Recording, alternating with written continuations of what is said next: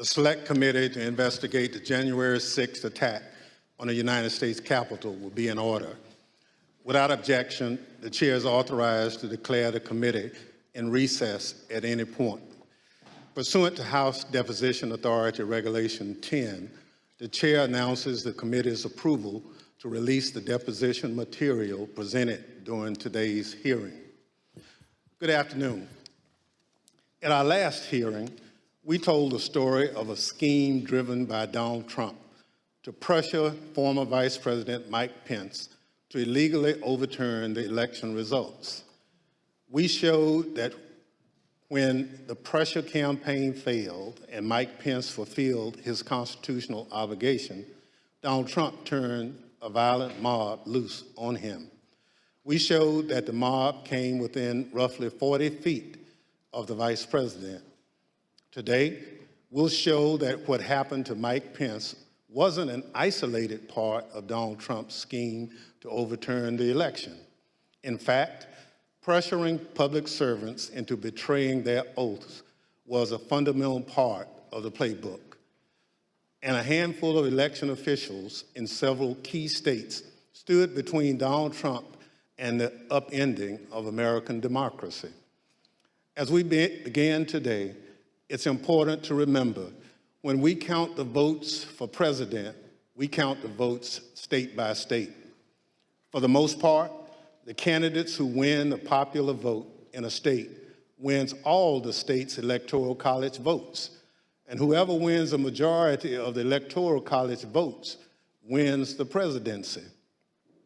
So when Donald Trump tried to overturn the election results, he focused on just a few states. He wanted officials at the local and state level to say the vote was tainted by widespread fraud and throw out the results, even though, as we showed last week, there wasn't any voter fraud that could have overturned the election results. And like Mike Pence, these public servants wouldn't go along with Donald Trump's scheme. And when they wouldn't embrace the big lie and substitute the will of the voters with Donald Trump's will to remain in power, Donald Trump worked to ensure they faced the consequences. Threats to people's livelihood and lives, threats of violence that Donald Trump knew about and amplified. And in our other hearings, we can't just look backward at what happened in late 2020 and in the early 2021 because the danger hadn't gone away. Our democracy endured a mighty test on January 6th and in the days before. We say our institutions held. But what does that really mean? Democratic institutions aren't abstractions or ideas. They are local officials who oversee elections, secretaries of state, people in whom we placed our trust that they'll carry out their duties. But what if they don't? 2 weeks ago, New Mexico held its primary elections. One county commission refused to certify the results, citing vague, unsupported claims dealing with Dominion voting machines. The court stepped in, saying New Mexico law required the commission to certify the results. 2 of the 3 members of the commission finally relented.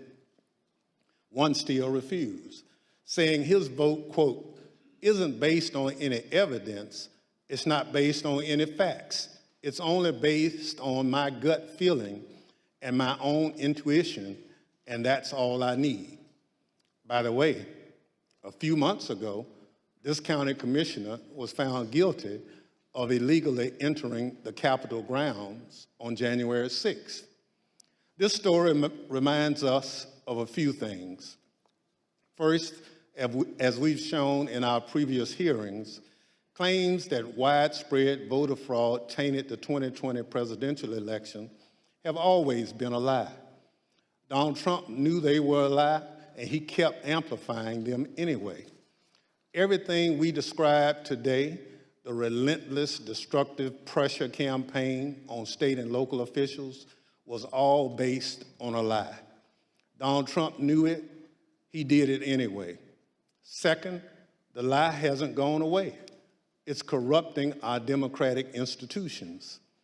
People who believe that lie are now seeking positions of public trust. And as seen in New Mexico, their oath to be to the people they serve will take a back seat to their commitment to the big lie. If that happens, who will make sure our institutions don't break under the pressure? We won't have close calls. We'll have a catastrophe.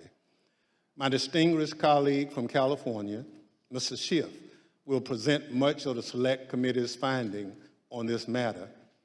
First, I'm pleased to recognize our Vice Chair, Ms. Cheney of Wyoming, for any opening statement she'd care to offer. Thank you very much, Mr. Chairman. Today, we will begin examining President Trump's effort to overturn the election by exerting pressure on state officials and state legislatures. Donald Trump had a direct and personal role in this effort, as did Rudy Giuliani, as did John Eastman.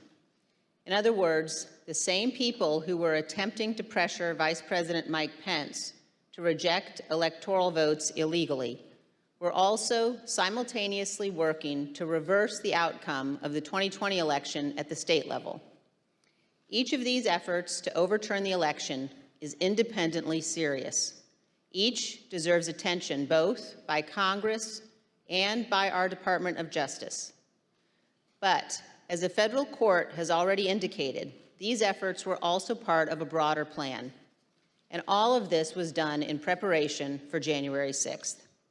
I would note 2 points for particular focus today. First, today you will hear about calls made by President Trump to officials of Georgia and other states. As you listen to these tapes, keep in mind what Donald Trump already knew at the time he was making those calls. He had been told over and over again that his stolen election allegations were nonsense. For example, this is what former Attorney General Bill Barr said to President Trump about allegations in Georgia. We took a hard look at this ourselves, and based on our review of it, including the interviews of the key witnesses, the Fulton County allegations had no merit. The ballots under the table were legitimate ballots. They weren't in a suitcase. They had been pre-opened for eventually feeding into the machine. All the stuff about the water leak and that there was some subterfuge involved. We felt there was some confusion, but there was no evidence of a subterfuge to create an opportunity to feed things into the count. And so we didn't see any evidence of fraud in the Fulton County episode. And Acting Deputy Attorney General Richard Donoghue told Donald Trump this. And I said something to the effect of, sir, we've done dozens of investigations, hundreds of interviews. The major allegations are not supported by the evidence developed. Told by his own advisors that he had no basis for his stolen election claims. Yet he continued to pressure state officials to change the election results. Second, you will hear about a number of threats and efforts to pressure state officials to reverse the election outcome. One of our witnesses today, Gabriel Sterling, explicitly warned President Trump about potential violence on December 1st, 2020, more than a month before January 6th. You will see excerpts from that video repeatedly today. It has all gone too far. All of it. Joe DeGeneva today asked for Chris Krebs, a patriot who ran CISA, to be shot. A 20-something tech in Gwinnett County today has death threats and a noose put out saying he should be hung for treason because he was transferring a report on batches from an EMS to a county computer so he could read it. It has to stop. Mr. President, you have not condemned these actions or this language. Senators, you have not condemned this language or these actions. This has to stop. We need you to step up, and if you're going to take a position of leadership, show some. My boss, Secretary Raffensperger, his address is out there. They have people doing caravans in front of their house. They've had people come onto their property. It has to stop. This is elections. This is the backbone of democracy, and all of you who have not said a damn word are complicit in this. The point is this: Donald Trump did not care about the threats of violence. He did not condemn them. He made no effort to stop them. He went forward with his fake allegations anyway. One more point. I would urge all of those watching today to focus on the evidence the committee will present. Don't be distracted by politics. This is serious. We cannot let America become a nation of conspiracy theories and thug violence. Finally, I want to thank our witnesses today for all of your service to our country. Today, all of America will hear about the selfless actions of these men and women who acted honorably to uphold the law, protect our freedom, and preserve our Constitution. Today, Mr. Chairman, we will all see an example of what truly makes America great. Thank you, Mr. Chairman. I yield back. Without objection, the chair recognizes the gentleman from California, Mr. Schiff, for an opening statement. Thank you, Mr. Chairman and Madam Vice Chair. On November 3rd, 2020, Donald Trump ran for re-election to the office of the presidency, and he lost. His opponent, Joe Biden, finished ahead in the key battleground states of Arizona, Michigan, Wisconsin, Pennsylvania, Georgia, and elsewhere. Nevertheless, and for the first time in history, the losing presidential candidate fought to hold on to power. As we have seen in previous hearings, he did so through a variety of means. On Election Day, he sought to stop the counting of the vote, knowing that the millions of absentee ballots elections officials would be counting on Election Day and thereafter would run strongly against him and deliver a victory to Joe Biden. Next, and when he could not stop the counting, he tried to stop state legislatures and governors from certifying the results of the election. He went to court and filed dozens of frivolous lawsuits, making unsubstantiated claims of fraud. When that too failed, he mounted a pressure campaign directed at individual state legislators to try to get them to go back into session and either declare him the winner, decertify Joe Biden as the winner, or send two slates of electors to Congress, one for Biden and one for him, and pressure Vice President Pence to choose him as the winner. But the state legislatures wouldn't go along with this scheme, and neither would the vice president. None of the legislatures agreed to go back into special session and declare him the winner.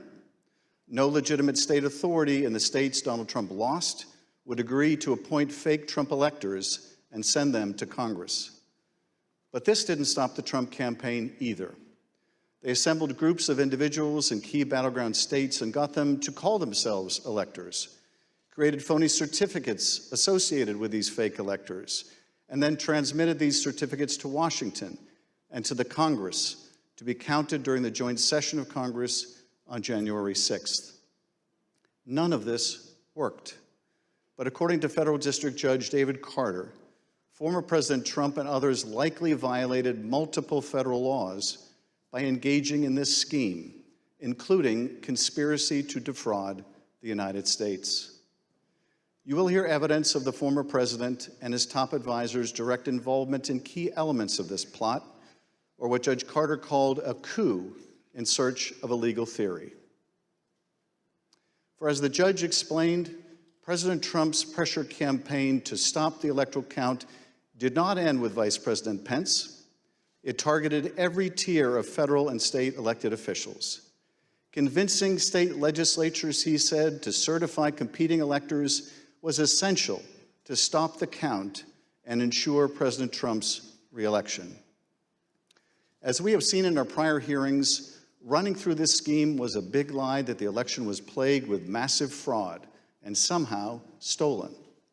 You'll remember what the president's own Attorney General, Bill Barr, said he told the president about these claims of massive fraud affecting the outcome of the election. And I told him that the stuff that his people were shoveling out to the public was bullshit. I mean, that the claims of fraud were bullshit. The president's lie was and is a dangerous cancer on the body politic. If you can convince Americans that they cannot trust their own elections, that any time they lose it is somehow illegitimate, then what is left but violence to determine who should govern? This brings us to the focus of today's hearing. When state elections officials refused to stop the count, Donald Trump and his campaign tried to put pressure on them. When state executive officials refused to certify him the winner of states he lost, he applied more pressure. When state legislators refused to go back into session and appoint Trump electors, he amped up the pressure yet again. Anyone who got in the way of Donald Trump's continued hold on power after he lost the election was the subject of a dangerous and escalating campaign of pressure. This pressure campaign brought angry phone calls and texts, armed protests, intimidation, and all too often, threats of violence and death. State legislators were singled out. So too were statewide elections officials. Even local elections workers, diligently doing their jobs, were accused of being criminals and had their lives turned upside down. As we will show, the president's supporters heard the former president's claims of fraud and the false allegations he made against state and local officials as a call to action. Stop the steal! Stop the steal! Stop the steal! You're a threat to democracy! You're a threat to free and honest elections! America! We love our right to have freedom! Tyranny will not be allowed in our country. You're a tyrant, you're a felon, and you must turn yourself in to the authorities immediately. And then about 45 minutes later, we started to hear the noises outside my home, and my stomach sunk, and I thought, it's me. And then it's just, we don't know what's gonna, I mean, the uncertainty of that was what was the fear. Like, are they coming with guns? Are they gonna attack my house? I'm in here with my kid, I'm trying to put him to bed. And so it was, that was the scariest moment, just not knowing what was gonna happen. This pressure campaign against state and local officials spanned numerous contested states, as you will see in this video produced by the Select Committee. My name is Josh Roselman. I'm an investigative counsel for the House Select Committee to investigate the January 6th attack on the United States Capitol. Beginning in late November 2020, the president and his lawyers started appearing before state legislators, urging them to give their electoral votes to Trump, even though he lost the popular vote. I represent President Trump along with Jenna Ellis, and this is our fourth or fifth hearing. This election has to be turned around because we won Pennsylvania by a lot, and we won all of these swing states by a lot. This was a strategy with both practical and legal elements. The Select Committee has obtained an email from just 2 days after the election in which a Trump campaign lawyer named Cleta Mitchell asked another Trump lawyer, John Eastman, to write a memo justifying the idea. When do you remember this coming up as an option in the post-election period for the first time? Right after the election. It might have been before the election. Eastman prepared a memo attempting to justify this strategy, which was circulated to the Trump White House, Rudy Giuliani's legal team, and state legislators around the country. And he appeared before the Georgia State Legislature to advocate for it publicly. You could also do what the Florida legislature was prepared to do, which is to adopt a slate of electors yourselves. And when you add in the mix of the significant statistical anomalies and sworn affidavits and video evidence of outright election fraud, I don't think it's just your authority to do that, but quite frankly, I think you have a duty to do that, to protect the integrity of the election here in Georgia. But Republican officials in several states released public statements recognizing that President Trump's proposal was unlawful. For instance, Georgia Governor Brian Kemp called the proposal unconstitutional, while Arizona House Speaker Rusty Bowers wrote that the idea would undermine the rule of law. The pressure campaign to get state legislators to go along with the scheme intensified when President Trump invited delegations from Michigan and Pennsylvania to the White House. Either you or Speaker Chatfield, did you make the point to the president that you were not going to do anything that violated Michigan law? I believe we did. Whether or not it was those exact words or not, but I think that the words that I would have more likely used is we were going to follow the law. Nevertheless, the pressure continued. The next day, President Trump tweeted, quote, "Hopefully the courts and/or legislatures will have the courage to do what has to be done to maintain the integrity of our elections and the United States of America itself. The world is watching." He posted multiple messages on Facebook listing the contact information for state officials and urging his supporters to contact them to, quote, "demand a vote on decertification." In one of those posts, President Trump disclosed Mike Shirkey's personal phone number to his millions of followers. All I remember is receiving over just shy of 4,000 text messages over a short period of time, calling to take action. It was a loud noise, loud, consistent cadence of, we hear that the Trump folks are calling and asking for changes in the electors, and you guys can do this. Well, they were believing things that were untrue. These efforts also involved targeted outreach to state legislators. Hi, Representative. My name is Angela McCallum. I'm calling from Trump campaign headquarters in Washington, D.C. You do have the power to reclaim your authority and send a slate of electors that will support President Trump and Vice President Pence. From President Trump's lawyers and from Trump himself. And I've become friendly with legislators that I didn't know 4 weeks ago. Another legislator, Pennsylvania House Speaker Brian Cutler, received daily voicemails from Trump's lawyers in the last week of November. Mr. Speaker, this is Rudy Giuliani and Jenna Ellis. We're calling you together because we'd like to discuss, obviously, the election. Hello, Mr. Speaker. This is Jenna Ellis, and I'm here with Mayor Giuliani. Hey, Brian, it's Rudy. I really have something important to call to your attention that I think really changes things. Cutler felt that the outreach was inappropriate and asked his lawyers to tell Rudy Giuliani to stop calling, but Giuliani continued to reach out. I understand that you don't want to talk to me now. I just want to bring some facts to your attention and talk to you as a fellow Republican. On December 30th, Trump ally Steve Bannon announced a protest at Cutler's home. We're getting on the road and we're going down to Cutler. We're going to start going to offices, and if we have to, we're going to go to homes, and we're going to let them know what we think about them. There were multiple protests. I actually don't remember the exact number. There was at least 3, I think, outside either my district office or my home. And you're correct, my son, my then 15-year-old son, was home by himself for the first one. All of my personal information was doxed online. It was my personal email, my personal cell phone, my home phone number. In fact, we had to disconnect our home phone for about 3 days because it would ring all hours of the night and would fill up with messages. Brian Cutler, we're outside. Clerks facing felony charges in Michigan. Poll watchers denied access in Pennsylvania. These ads were another element in the effort. The Trump campaign spent millions of dollars running ads online and on television. The evidence is overwhelming. Call your governor and legislators. Demand they inspect the machines and hear the evidence. Public pressure on state officials often grew dangerous in the lead up to January 6th. Let us in! Let us in! Let us in! Let us in! Special session! Special session! Special session! We'll light the whole shit on fire. What are we going to do? What can you and I do for state legislators besides kill them? Although we should not do that. I'm not advising that, but I mean, what else can you do, right? The punishment for treason is death. The state pressure campaign and the danger it posed to state officials and to state capitals around the nation was a dangerous precursor to the violence we saw on January 6th at the U.S. Capitol.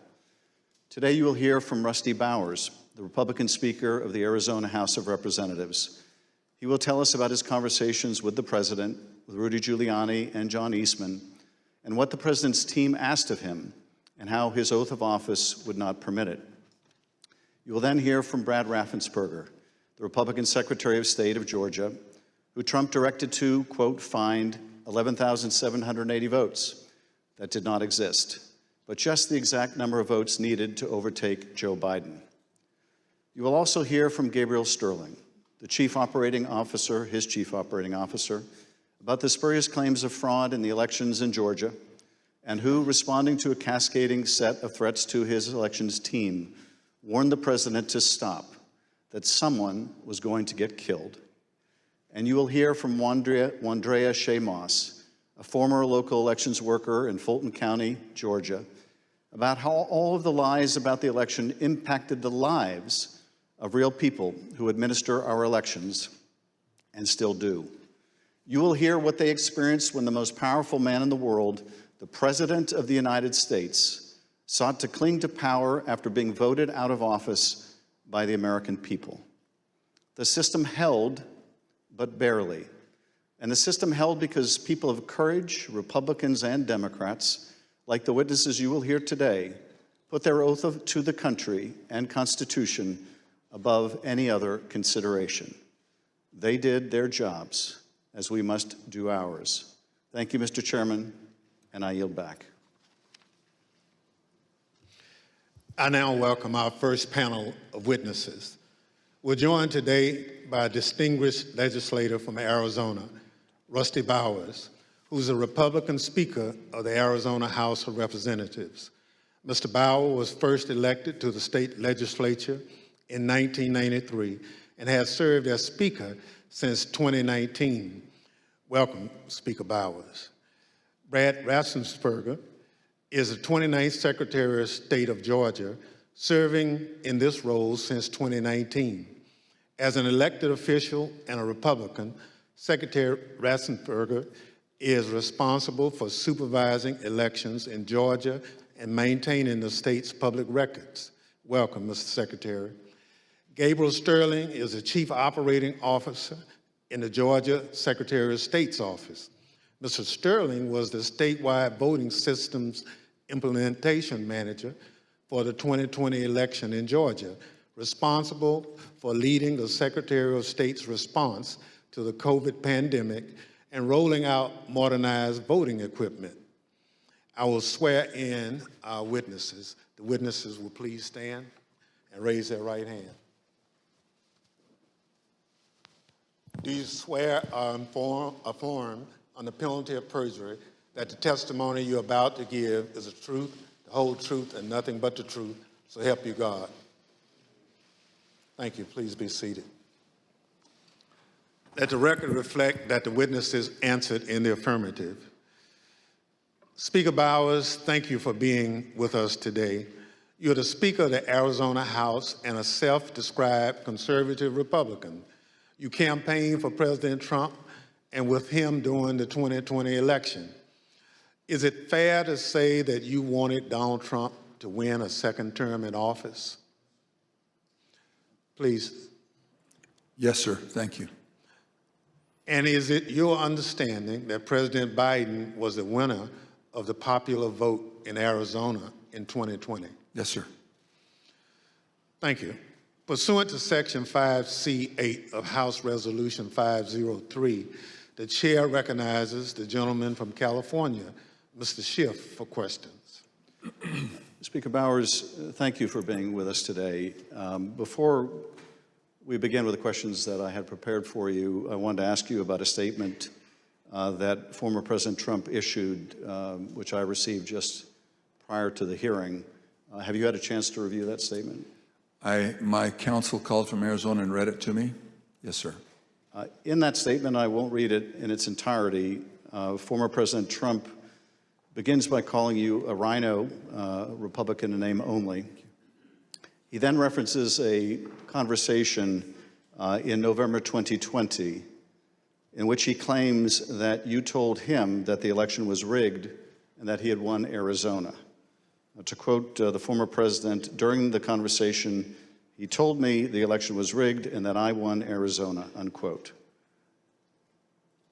Did you have such a conversation with the president? I did have a conversation with the president. That certainly isn't it, but there were parts of it that are true, but there are parts that are not, sir. And the part that I read you, is that false? Anywhere, anyone, anytime has said that I said the election was rigged, that would not be true. And when the former president in his statement today claimed that you told him that he won Arizona, is that also false? That is also false.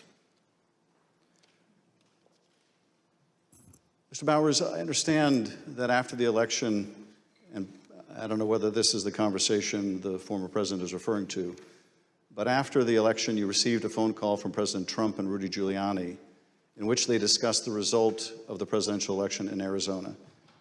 If you would, tell us about that call and whether the former president or Mr. Giuliani raised allegations of election fraud. Thank you.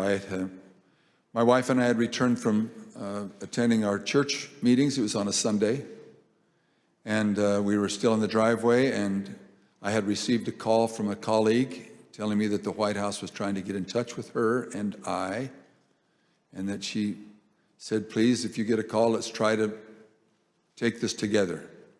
Immediately, I saw that the White House on my Bluetooth was calling, and I took the call and was asked by I would presume the operator at the White House if I would hold for the president, which I did, and Mr. Giuliani came on first, and niceties, then Mr. Trump, President Trump, then President Trump came on, and we initiated a conversation.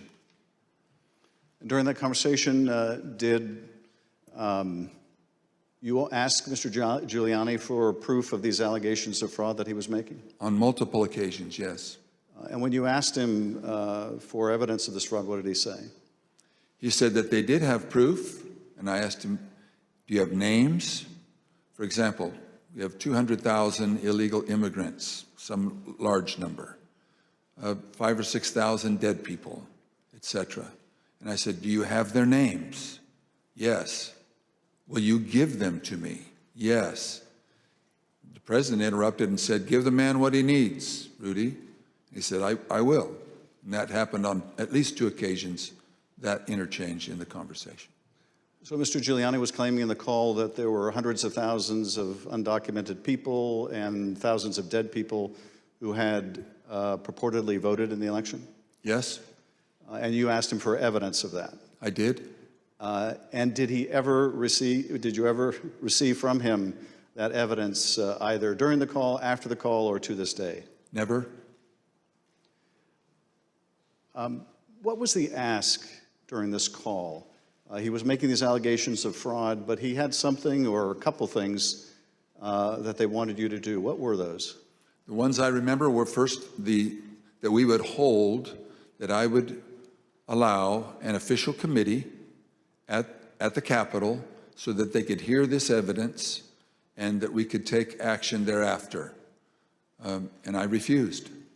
I said, up to that time, the circus, I called it a circus, had been brewing with lots of demonstrations, both at the counting center, at the Capitol, and other places. And I didn't want to have that in the House. I did not feel that the evidence, granted in its absence, merited a hearing, and I didn't want to be used as a pawn if there was some other need that the committee hearing would fulfill. So that was the first ask, that we hold an official committee hearing. And what was his second ask? I said, to what end?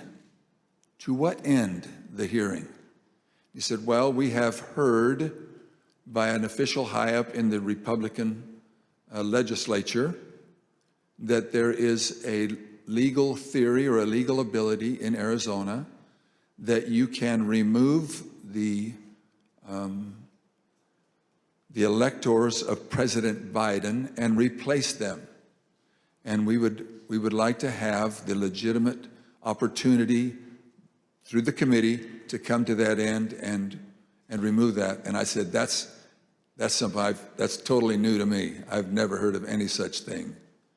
And he pressed that point, and I said, look, you are asking me to do something that is counter to my oath when I swore to the Constitution to uphold it, and I also swore to the Constitution and the laws of the state of Arizona, and this is totally foreign as an idea or a theory to me, and I would never do anything of such magnitude without deep consultation with qualified attorneys. And I said, I've got some good attorneys, and I'm going to give you their names.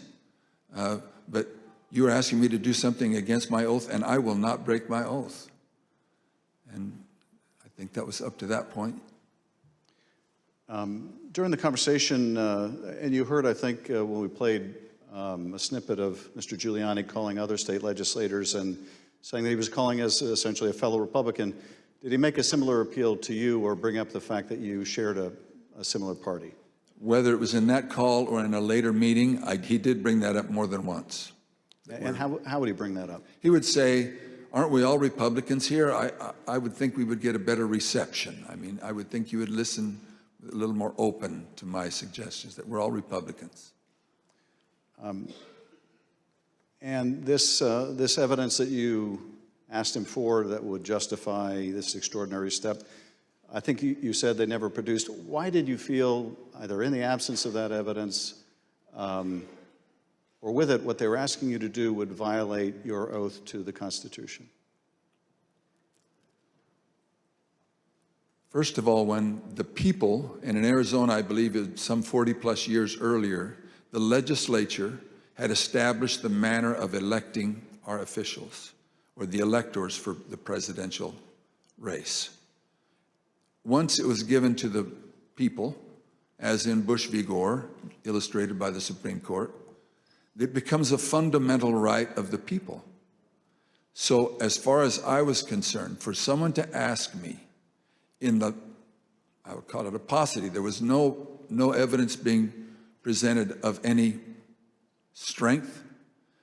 Evidence can be hearsay evidence, it's still evidence, but it's still hearsay. But strong judicial quality evidence, anything that would say to me, you have a doubt, deny your oath. I will not do that. And on more than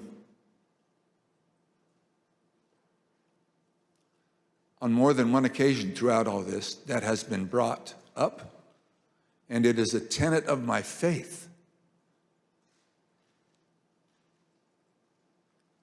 that the Constitution is divinely inspired of my most basic foundational beliefs. And so for me to do that because somebody just asked me to is foreign to my very being. I will not do it. During that conversation, Speaker Bowers, did you ask him if what he was proposing had ever been done before? I did. And what did he say? He said, well, I'm not familiar with Arizona law or any other laws, but I don't think so. And that also was brought up in other conversations, both with him and with John Eastman and others. Speaker Bowers, I understand that a week after that call, Mr. Giuliani appeared with others associated with President Trump's effort to overturn the result of the election at a purported legislative hearing in a hotel ballroom in Phoenix. Was this an official hearing of the state legislature? It was not. And why was it not a real or official hearing of the legislature? A legislator can hold a group meeting. You can call it a hearing. But when they ask me to have an official hearing, we establish it by protocols, public notice, etc. It's typically held at the Capitol, but it doesn't need to be. We can authorize a hearing off campus. And in this case, I had been asked on several occasions to allow a hearing. I had denied it, but said, you're free to hold a meeting, any meeting you want, to the person who asked. and which he ultimately did. I think he was a little frustrated, but he ultimately did. This meeting was the same day, I believe, that the governor of Arizona, Doxes, certified Biden as the winner of the presidential election in Arizona. Did you meet with Mr. Giuliani and his associates while they were in Phoenix sometime after that purported legislative hearing at the hotel? Yes, I did, sir. And at that meeting, did Mr. Giuliani raise any specific allegations of election fraud again? His initial comments were, again, the litany of groups of illegal individuals or people deceased, etc. And he had brought that up. And I wasn't alone in that meeting. There were others, and other members of the Senate aggressively questioned him. And then I proceeded to question him on the proof that he was going to bring me, etc. But he did bring those up, yes. And these other legislators were also Republican members of the Senate? They were, yes, sir.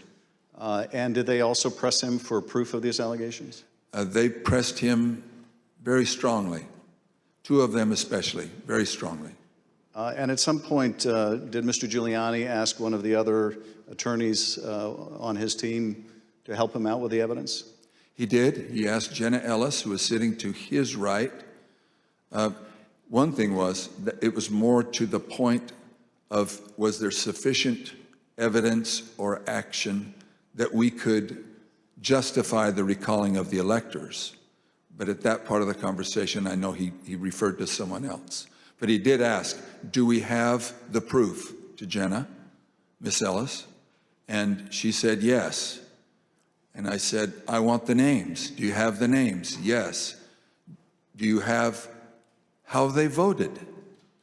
We have all the information. I said, can you get to me that information? Did you bring it with you? She said, no. Both Mr. Giuliani asked her and I asked generally if they'd brought it with them.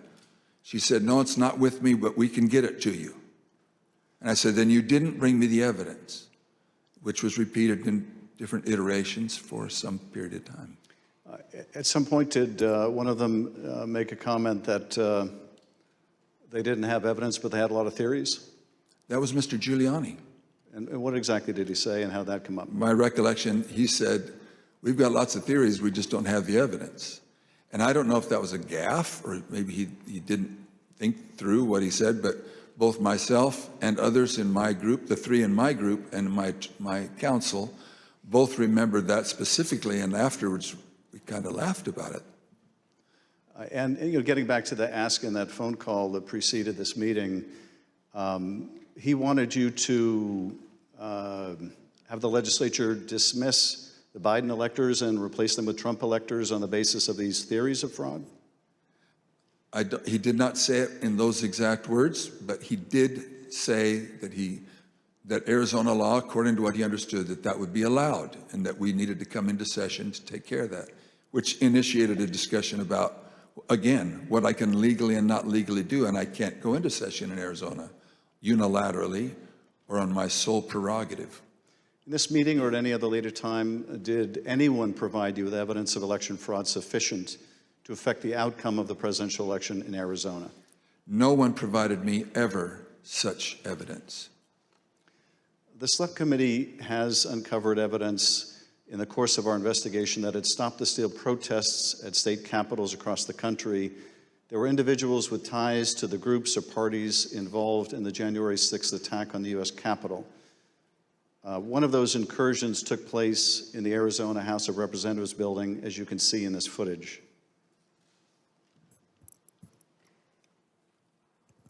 This is previously undisclosed video of protesters illegally entering and refusing to leave the building. One of the individuals prominently shown in this video is Jacob Chansley. Perhaps better known as the QAnon shaman, this rioter entered the Capitol on January 6th, was photographed leaving a threatening note on the dais in the U.S. Senate chamber, and was ultimately sentenced to 41 months in prison after pleading guilty to obstruction of an official proceeding. Other protesters who occupied the Arizona House of Representatives building included Proud Boys, while men armed with rifles stood just outside the entrance. I understand these protesters were calling for you by name, Speaker Bowers. Is that correct? That is correct. Speaker Bowers, did the president call you again in later in December? He did, sir. Did you tell the president in that second call that you supported him, that you voted for him, but that you were not going to do anything illegal for him? I did, sir.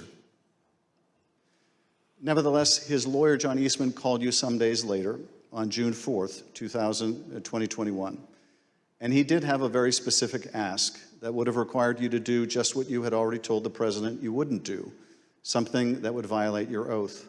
Is that correct? That's correct. It wasn't just me. I had my counsel and others on the call. And what did Dr. Eastman want you to do? That we would, in fact, take a vote to overthrow, or I shouldn't say overthrow, that we would decertify the electors, and that because we had plenary authority to do so. And he cited Article 2, Section 1, I think it's Clause 2, and said that in his opinion that gave us the authority if there was, I don't recall him saying sufficient evidence, but there was some call or some strong reason to do so that we, or justification to do so that we could do that. And that he was asking that his suggestion was that we would do it. And I said, again, I took an oath. For me to take that, to do what you do, would be counter to my oath. I don't recall if it was in that conversation, clearly, that we talked more about the oath, but I said, what would you have me do? And he said, just do it and let the court sort it out. And I said, you're asking me to do something that's never been done in history, the history of the United States,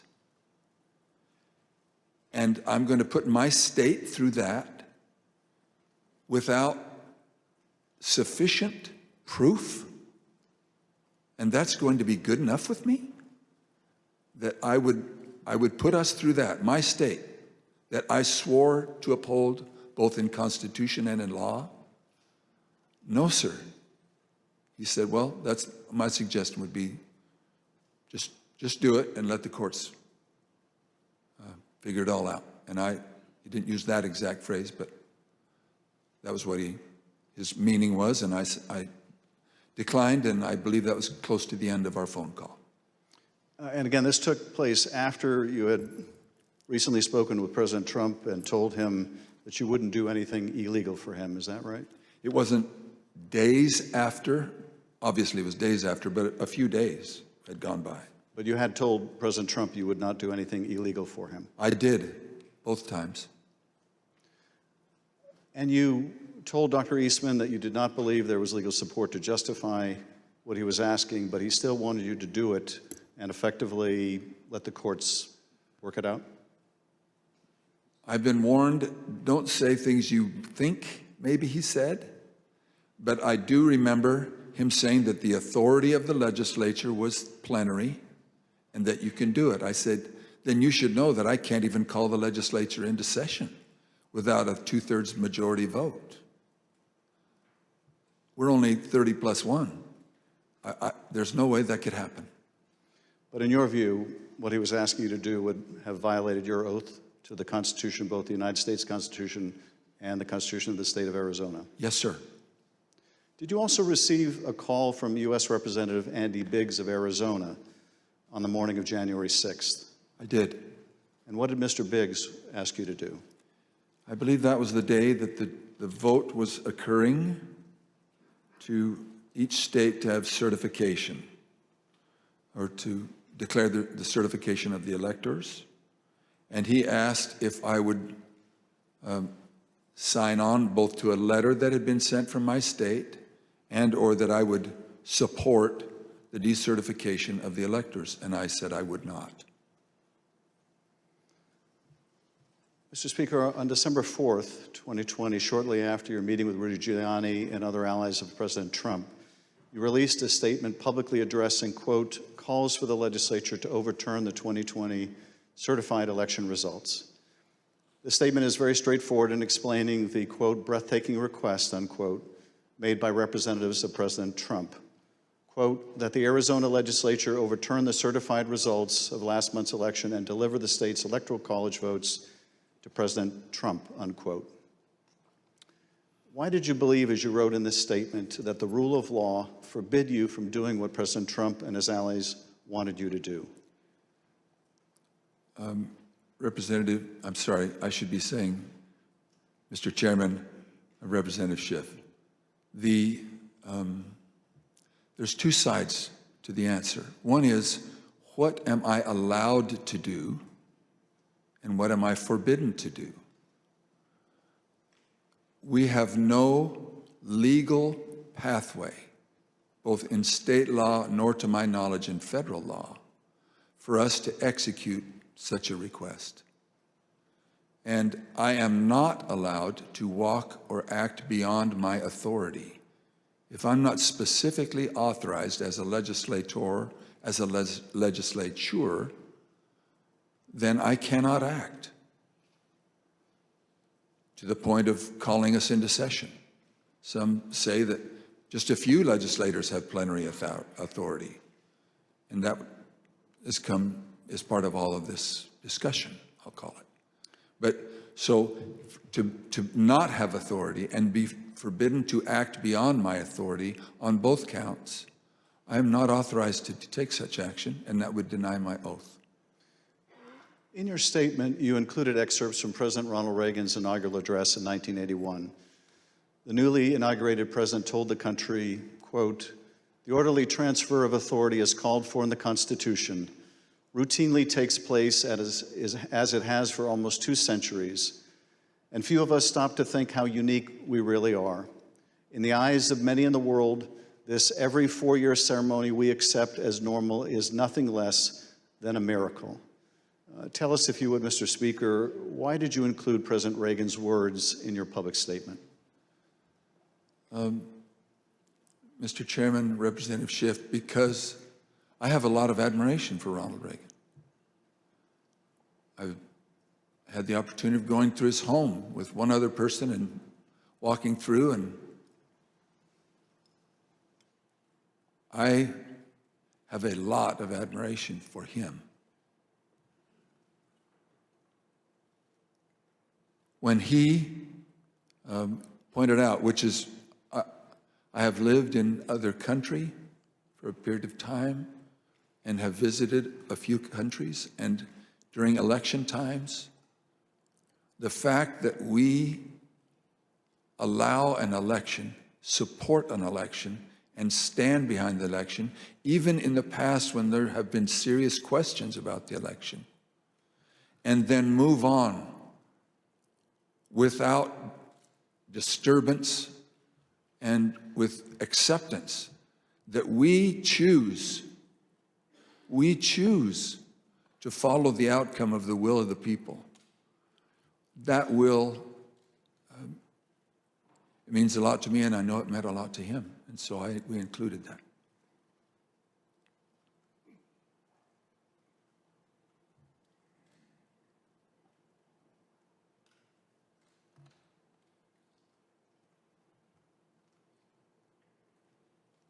Thank you, Speaker Bowers. I now want to look even more deeply at the fake electors scheme. Every 4 years, citizens from all over the United States go to the polls to elect their president. Under our Constitution, when we cast our votes for president, we are actually voting to send electors pledged to our preferred candidate to the Electoral College. In December, the electors in each state meet, cast their votes, and send those votes to Washington. There is only one legitimate slate of electors from each state. On the 6th day of January, Congress meets in a joint session to count those votes, and the winner of the Electoral College vote becomes the president. In this next segment, you'll hear how President Trump and his campaign were directly involved in advancing and coordinating the plot to replace legitimate Biden electors with fake electors not chosen by the voters. You'll hear how this campaign convinced these fake electors to cast and submit their votes through fake certificates telling them that their votes would only be used in the event that President Trump won his legal challenges.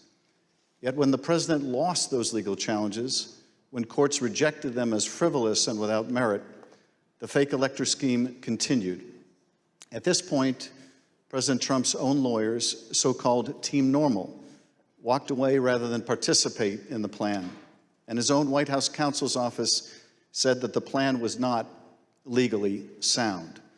Let's play the following video produced by the Select Committee. My name is Casey Lucier. I'm an investigative counsel for the House Select Committee to investigate the January 6th attack on the United States Capitol.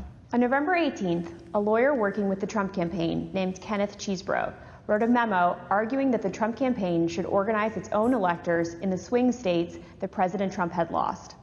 The Select Committee received testimony that those close to President Trump began planning to organize fake electors for Trump in states that Biden won in the weeks after the election. Who do you remember being involved in those early discussions around the Thanksgiving time regarding having alternate electors meet? Mr. Giuliani, several of Mr. Giuliani's associates, Mr. Meadows,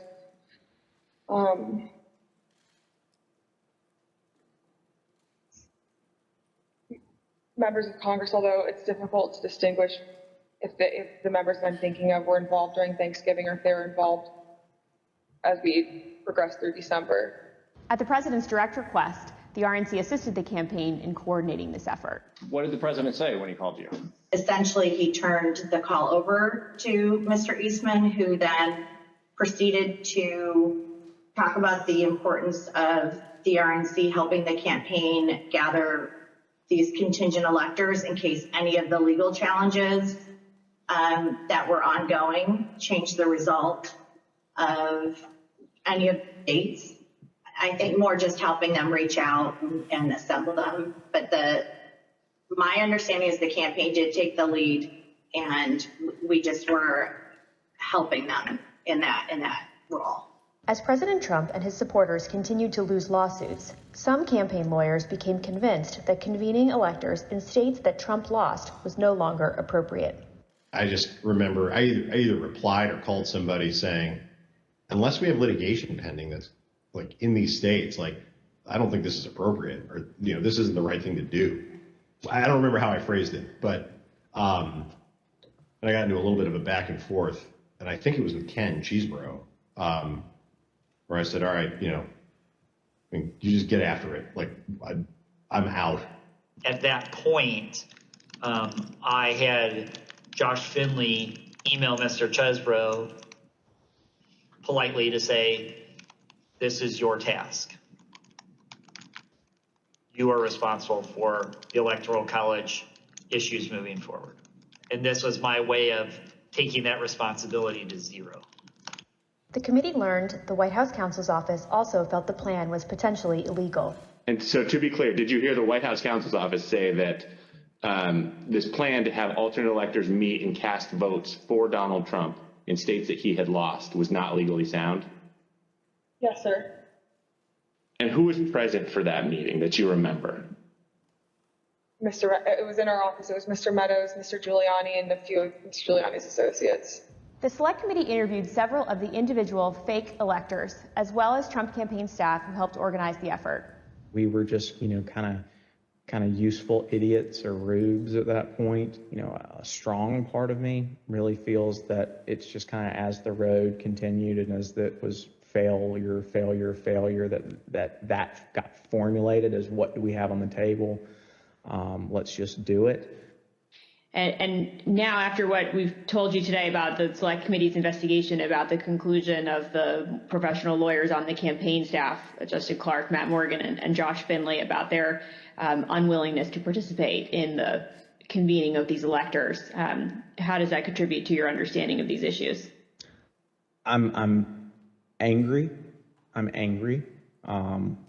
Because I think in a sense, no one really cared if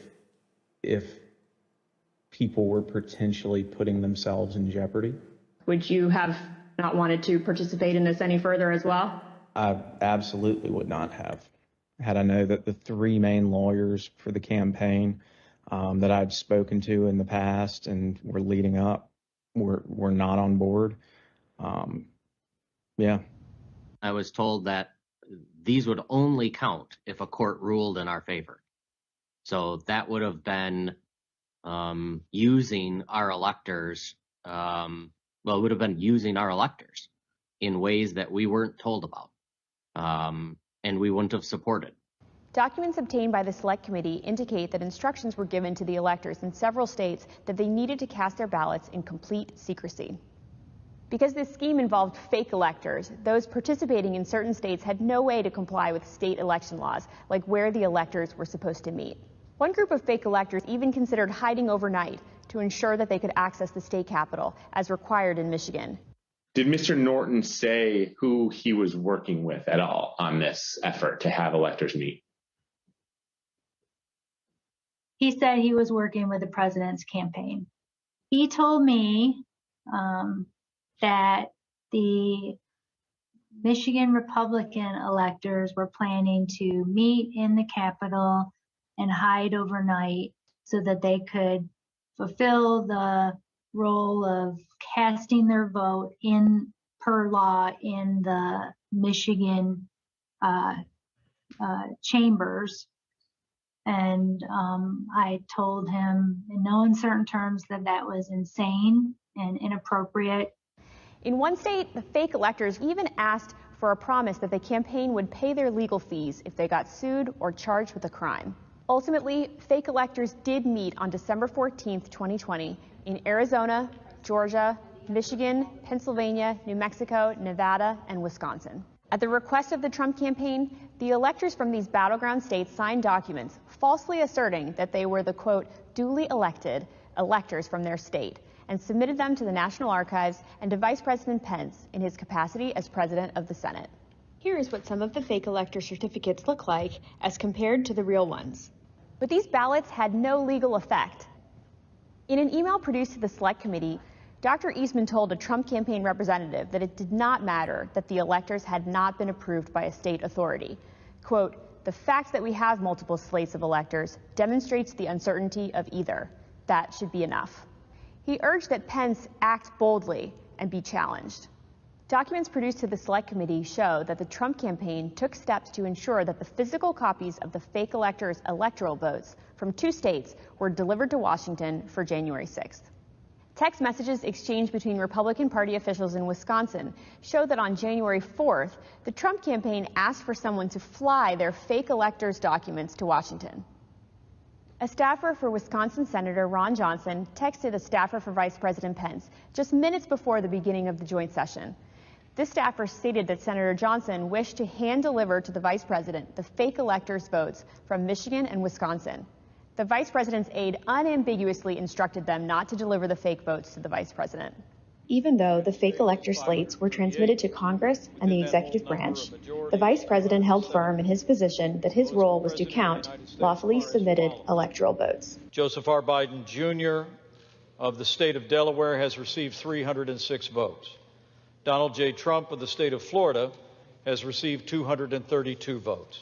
Which is what he did when the joint session resumed on January 6th after the attack on the Capitol. 538.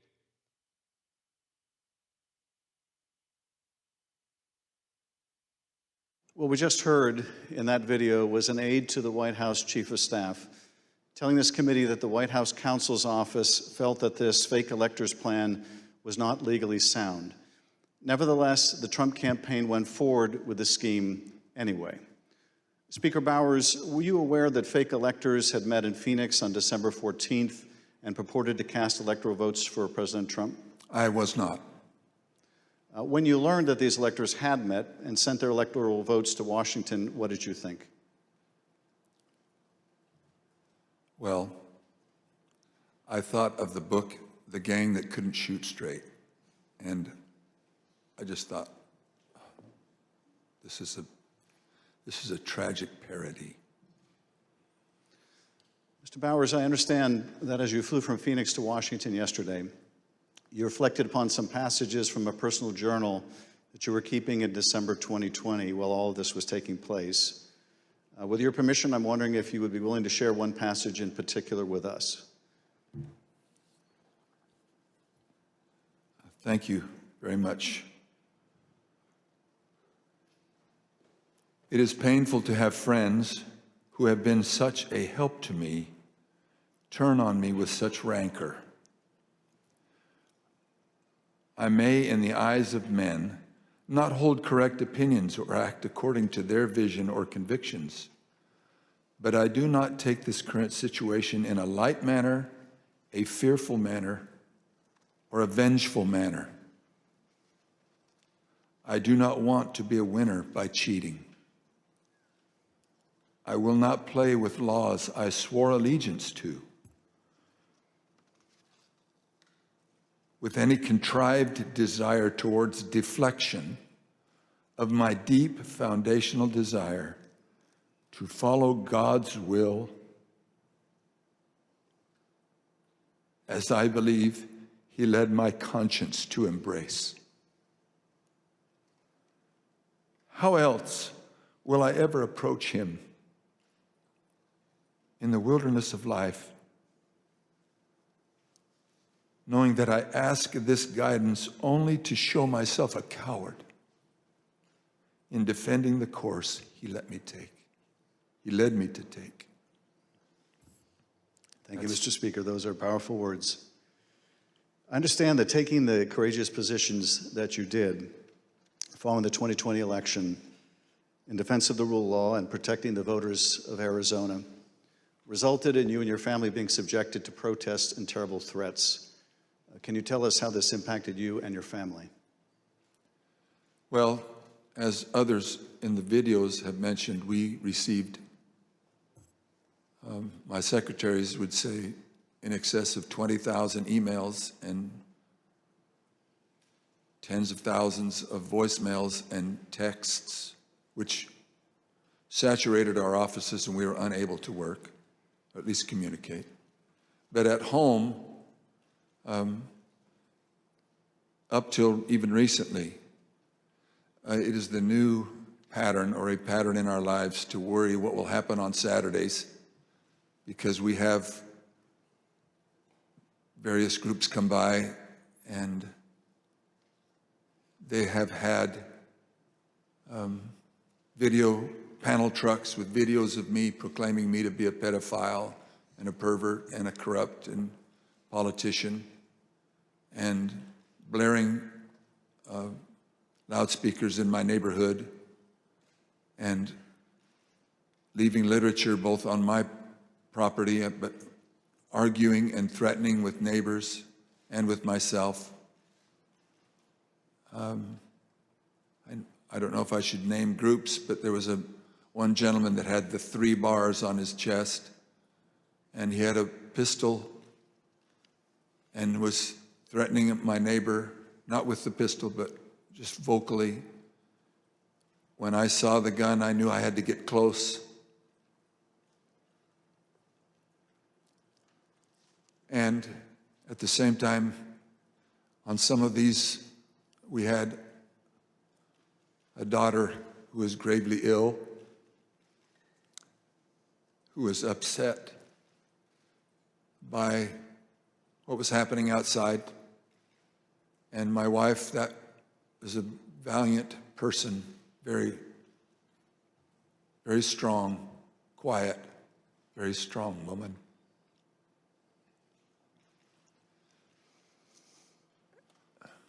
So it was disturbing. It was disturbing.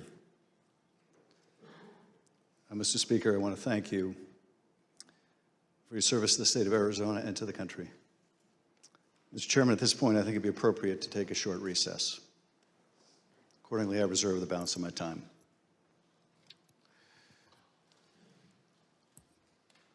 The chair requests that those in the hearing room remain seated until the Capitol Police have escorted members and witnesses from the room. We'll have 5 minutes, 5-minute recess.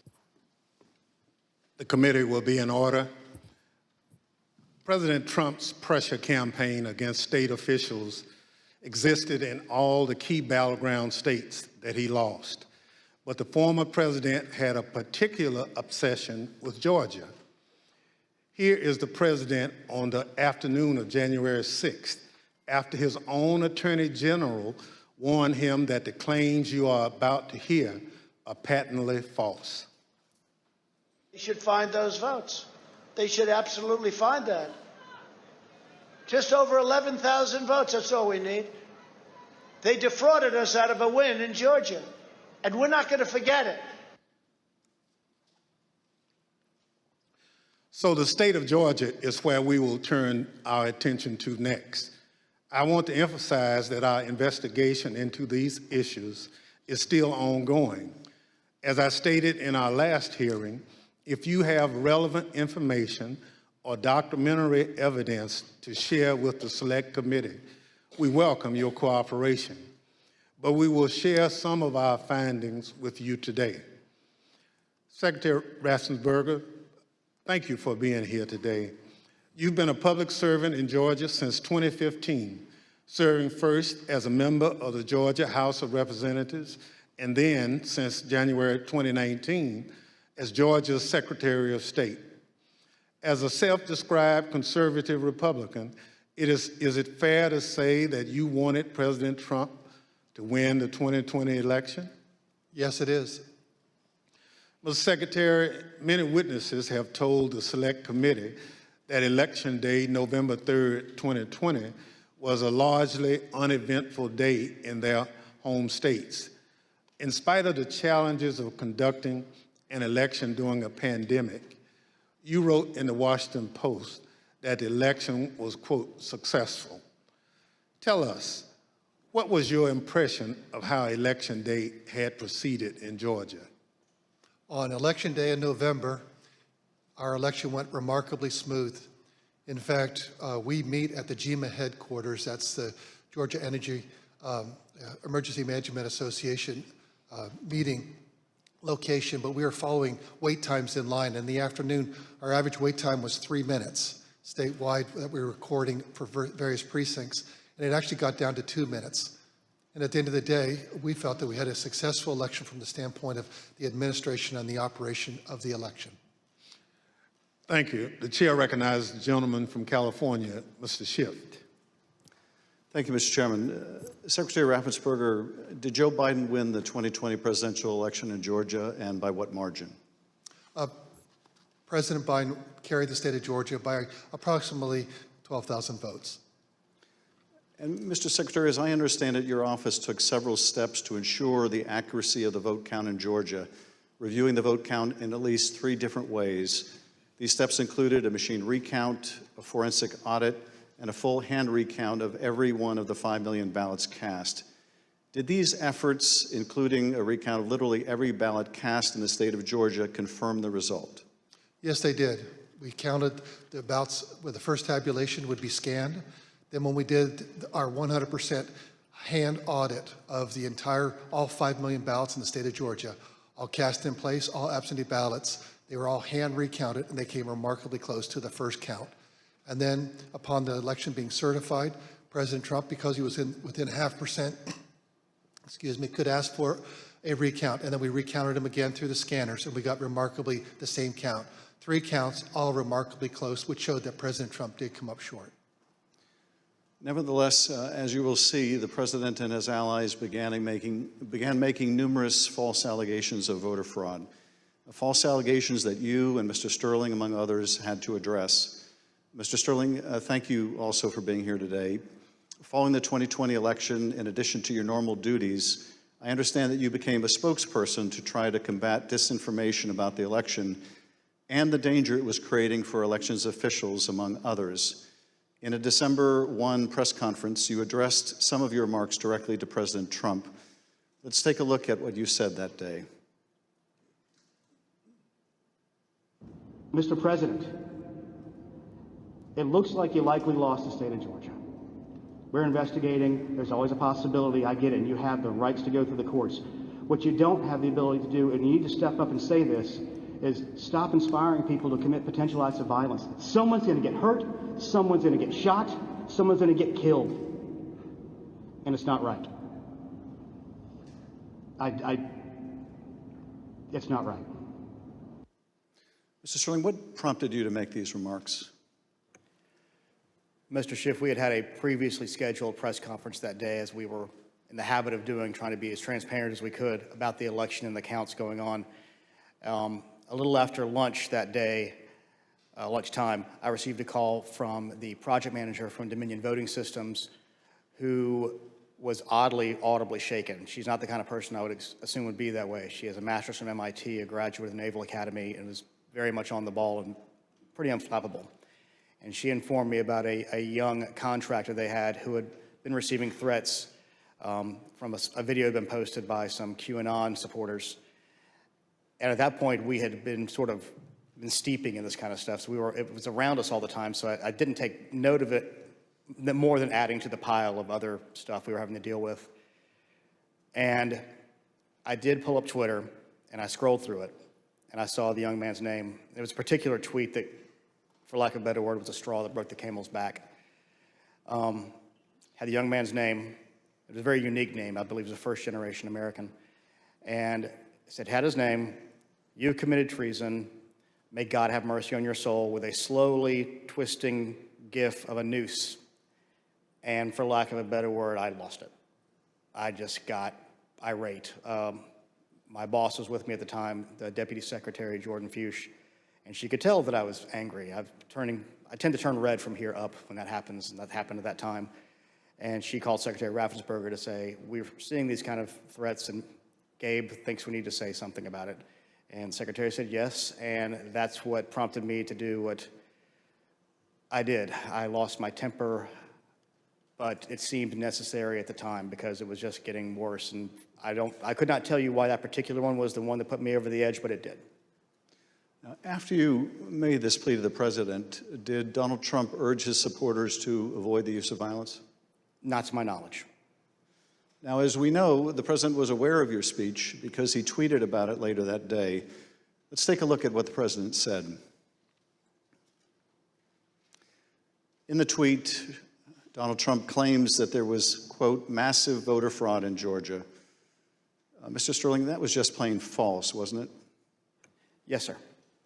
Nevertheless, the very next day, on December 2nd, President Trump released a lengthy video again making false claims of election fraud in Georgia. Let's take a look at what he said this time. They found thousands and thousands of votes that were out of whack, all against me. In fact, the day after Donald Trump released that video, so now we're talking just 2 days after the emotional warning that you gave that someone's going to get killed, representatives of President Trump appeared in Georgia, including Rudy Giuliani, and launched a new conspiracy theory that would take on a life of its own and threaten the lives of several innocent election workers. This story falsely alleges that sometime during election night, election workers at the State Farm Arena in Atlanta, Georgia, kicked out poll observers. After the observers left, the story goes, these workers pulled so-called suitcases of ballots from under a table and ran those ballots through counting machines multiple times. Completely without evidence, President Trump and his allies claimed that these suitcases contained as many as 18,000 ballots, all for Joe Biden.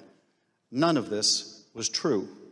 But Rudy Giuliani appeared before the Georgia State Senate and played a surveillance video from State Farm Arena, falsely claiming that it showed this conspiracy taking place. Here's a sample of what Mr. Giuliani had to say during that hearing. And when you look at what you saw on the video, which to me was a smoking gun, powerful smoking gun, well, I don't have to be a genius to figure out what happened. And I don't have to be a genius to figure out that those votes are not legitimate votes. You don't put legitimate votes under a table. No. Wait until you throw the opposition out, and in the middle of the night, count them. We would have to be fools to think that. President Trump's campaign amplified Giuliani's false testimony in a tweet, pushing out the video footage. Giuliani likewise pushed out his testimony on social media. As you can see in this tweet, Mr. Giuliani wrote that it was, quote, "now beyond doubt," unquote, that Fulton County Democrats had stolen the election. Later in this hearing, we'll hear directly from one of the election workers in this video about the effect these lies had on her and on her family. Mr. Sterling, did the investigators in your office review the entire surveillance tape from the State Farm Arena on election night? They actually reviewed approximately 48 hours going over the time period where action was taking place at the counting center at State Farm Arena. And what did the tape actually show? Depending on which time you want to start, because as was mentioned, this conspiracy theory took on a life of its own, where they conflated a water main break that wasn't a water main break and throwing observers out and a series of other things. What it actually showed was Fulton County election workers engaging in normal ballot processing. One of the things that was very frustrating was the so-called suitcases of ballots from under the table. If you watch the entirety of the video, you saw that these were election workers who were under the impression they were going to get to go home around 10:30. People are putting on their coats. They're putting ballots that are prepared to be scanned into ballot carriers that are then sealed with tamper-proof seals so that they're not messed with. It's an interesting thing because you watch there's 4 screens of the video, and as you're watching it, you can see the election monitors in the corner with the press as they're taking these ballot carriers and putting them under the table. You see it there. One of the other hidden ones, if you looked at the actual tape, was on the outside of the table, just from the camera angle. You couldn't see it originally. And this goes under the no good deed goes unpunished. We were told, we were at GEMA, as the secretary pointed out, and we were told that it looked like they were shutting down the Fulton County counting. The secretary expressed some displeasure at that because we wanted to everybody keep counting so we could get to the results and know what was happening. So our elections director called their elections director, who was at another location because this was election day. There was 2 different places where ballot things were being done by the Fulton County office. So he called the elections director of Fulton, then called Ralph Jones, who was at the State Farm Arena, and said, "What the heck are you doing? Go ahead and stay." And as you watch the video itself, you see him take the phone call as people are putting things away and getting ready to leave. And you can tell for about 15, 20 seconds, he does not want to tell these people they have to stay. He walks over, he thinks about it for a second, you see him come back to the corner of a desk and kind of slumps his shoulders and says, "Okay, y'all, we got to keep on counting." And then you see him take their coats off, get the ballots out. And then a secondary thing that you'll see on there is you'll have people who are counting ballots who a batch will go through, they will take them off and run that through again. What happens there is a standard operating procedure. If there's a misscan, if there's a misalignment, if it doesn't read right, these are high-speed, high-capacity scanners. So 3 or 4 will go through after a misscan. You have to delete that batch and put it back through again. And by going through the hand tally, as the secretary pointed out, we showed that if there had been multiple ballots scanned without a corresponding physical ballot, your counts would have been a lot higher than the ballots themselves. And by doing the hand tally, we saw 2 specific numbers that were met. The hand tally got us to a 0.1053% off of the total votes cast and 0.0099% on the margin, which is essentially dead-on accurate. Most academic studies say on a hand tally you'll have between 1% and 2%, but because we use ballot marking devices where it's very clear what the voter intended, it made it a lot easier for us to conduct that hand count and show that none of that was true. Now, I understand that when you reviewed these tapes and did the analysis, it disproved this conspiracy theory. But you still had to take a lot of steps to try to make sure the public knew the truth about these allegations. And you did frequent briefings for the press. Let's take a look at one of those press briefings, Mr. Sterling, that you held on December 7th to make the point that you just did today. Move on to what I'm going to call Disinformation Monday. Out of the gate, many of y'all saw the videotape from State Farm Arena. I spent hours with our post-certified investigators, Justin Gray from WSB, spent hours with us going over this video to explain to people that what you saw, the secret suitcases with magic ballots, were actually ballots that had been packed into those absentee ballot carriers by the workers in plain view of the monitors and the press. And what's really frustrating is the president's attorneys had this same videotape. They saw the exact same things the rest of us could see, and they chose to mislead state senators and the public about what was on that video. I'm quite sure that they will not characterize the video if they try to enter into evidence, because that is the kind of thing that could lead to sanctions. because it's obviously untrue. They knew it was untrue, and they continue to do things like this. Mr. Sterling, despite the efforts by your office to combat this misinformation by speaking out publicly and through local media, you were unable to match the reach of President Trump's platform and social media megaphone spreading these false conspiracy theories. What was it like to compete with a president who had the biggest bully pulpit in the world to push out these false claims? For lack of a better word, it was frustrating. But oftentimes I felt our information was getting out, that there was a reticence of people who needed to believe it because the President of the United States, whom many looked up to and respected, was telling them it wasn't true, despite the facts. And I have characterized at one point, it was kind of like a shovel trying to empty the ocean. And yes, it was frustrating. I even have, family members who I had to argue with about some of these things, and I would show them things, and the problem you have is you're getting to people's hearts. I remember there's one specific, an attorney that we know that we showed and walked him through. This wasn't true. Okay, I get that. This wasn't true. Okay, I get that. This wasn't, 5 or 6 things. But at the end, he goes, I just know in my heart they cheated.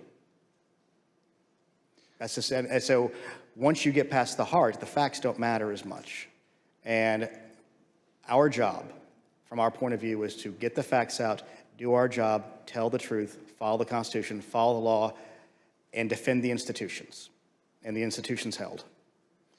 Let's take a look at what you were competing with. This is the former president speaking in Georgia on December 5th. Evidence of fraud is overwhelming, and again, I'm going to ask you to look up at that very, very powerful and very expensive screen. Hidden cases of possible ballots are rolled out from under a table. 4 people under a cloud of suspicion. So, if you just take the crime of what those Democrat workers were doing, and by the way, there was no water main break. They said there was no water main break. That's 10 times more than I need to win this state. 10 times more. It's 10 times, maybe more than that, but it's 10 times more because we lost by a very close number. In this committee's hearing last Monday, we heard from senior federal law enforcement officials, from the senior-most federal law enforcement official in Atlanta at the time, U.S. Attorney for the Northern District, B.J. Pack, as well as former Attorney General Bill Barr. They both testified that the allegations were thoroughly investigated and found to have no merit. Here is U.S. Attorney Pack. Particular to Attorney General Barr, I told him that we looked into it. We've done several things, including interviewing the witnesses. I listened to the tapes and reviewed the videotape myself, and that there was nothing there. Giuliani was wrong in representing that this was a suitcase full of ballots.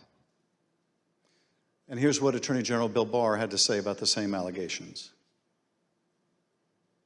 Took a hard look at this ourselves, and based on our review of it, including the interviews of the key witnesses, the Fulton County allegations had no merit.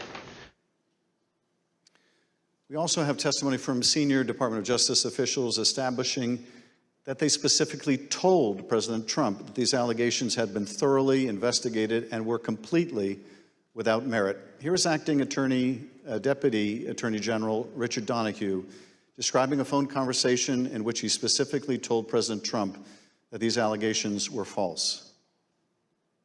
The president kept fixating on this suitcase that supposedly had fraudulent ballots and that the suitcase was rolled out from under the table. And I said, no, sir, there is no suitcase. You can watch that video over and over. There is no suitcase. There is a wheeled bin where they carry the ballots. No matter how many times senior Department of Justice officials, including his own Attorney General, told the president that these allegations were not true, President Trump kept promoting these lies and putting pressure on state officials to accept them. On January 2nd, the president had a lengthy telephone conversation with Secretary Raffensperger. Prior to the president's call, though, I want to share a bit of important context. First, the White House, including the former president's chief of staff, Mark Meadows, repeatedly called or texted the Secretary's office some 18 times in order to set up this call. They were quite persistent. Second Chief of Staff Mark Meadows took the extraordinary step of showing up at a signature audit site in Georgia, where he met with Secretary Raffensperger's chief investigator, Francis Watson, who was supervising that audit process. Behind me is a photograph from that visit. Third, the day after Meadows' Georgia visit, he set up a call between President Trump and Francis Watson. On the call between President Trump and Georgia investigator Francis Watson, the former president continued to push the false claim that he'd won the state of Georgia. Let's listen to that part of the conversation. You know, it's just, you have the most important job in the country right now, because if we win Georgia, first of all, if we win, you're going to have 2 wins. They're not going to win right now. You know, they're down because the people of Georgia are so angry at what happened to me. They know I won by hundreds of thousands of votes. It wasn't close. And in this next clip, he told the state law enforcement official that she'd be praised if she found the right answer. Hopefully, you know, I will, when the right answer comes out, you'll be praised. I mean, I don't know why, you know, they've made it so hard. They will be praised. People will say, great, because that's what it's about, that ability to check and to make it right, because everyone knows it's wrong. There's just no way. Mr. Raffensperger, I know you weren't on this call, but that you have listened to it. President Trump didn't win by hundreds of thousands of votes in Georgia, did he? No, he did not. I've been traveling through the state of Georgia for a year now, and simply put, in a nutshell, what happened in fall of 2020 is that 28,000 Georgians skipped the presidential race, and yet they voted down ballot in other races. And the Republican congressman ended up getting 33,000 more votes than President Trump, and that's why President Trump came up short. Thank you, Mr. Secretary. The president on this call doesn't stop here. Let's listen to another part of the conversation between President Trump and Ms. Watson. Anyway, but whatever you can do, Francis, it would be, it's a great thing. It's an important thing for the country. So important. You have no idea it's so important. Well, and I very much appreciate it. Whatever you can do, Francis. This is the President of the United States calling an investigator looking into the election in which he is a candidate and asking her to do whatever you can do. Mr. Secretary, he placed this call to your chief investigator on September 23rd, 2020. The Select Committee has received text messages indicating that Mark Meadows wanted to send some of the investigators in her office, in the words of one White House aide, a shitload of POTUS stuff, including coins, actual autographed MAGA hats, etc. White House staff intervened to make sure that didn't happen. It was clear at the time of this call that the former president had his sights set on January 6th. Listen to this portion when he told Francis Watson about a very important date. Do you think they'll be working after Christmas and keep it going fast? Because, you know, we have that date of the 6th, which is a very important date. That important date, of course, was the joint session of Congress, where Georgia's electoral votes would be counted for Joe Biden. A little over a week after this call to Francis Watson, the president was finally able to speak with you, Secretary Raffensperger. Bear in mind, as we discuss this call today, that by this point in time, early January, the election in Georgia had already been certified. But perhaps more important, the President of the United States had already been told repeatedly by his own top Justice Department officials that the claims he was about to make to you about massive fraud in Georgia were completely false. Mr. Secretary, the call between you and the President lasted 67 minutes, over an hour.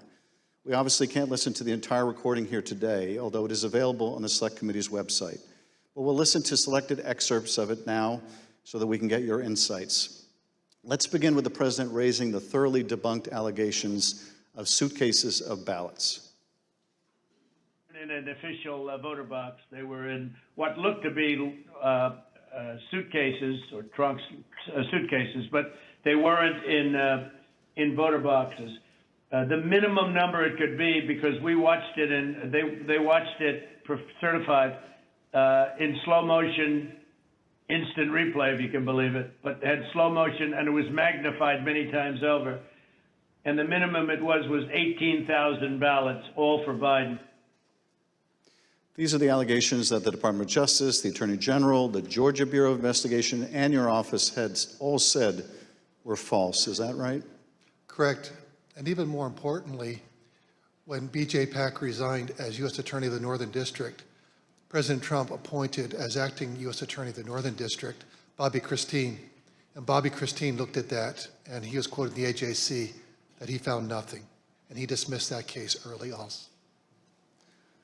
Thank you, Mr. Secretary. The President references suitcases or trunks.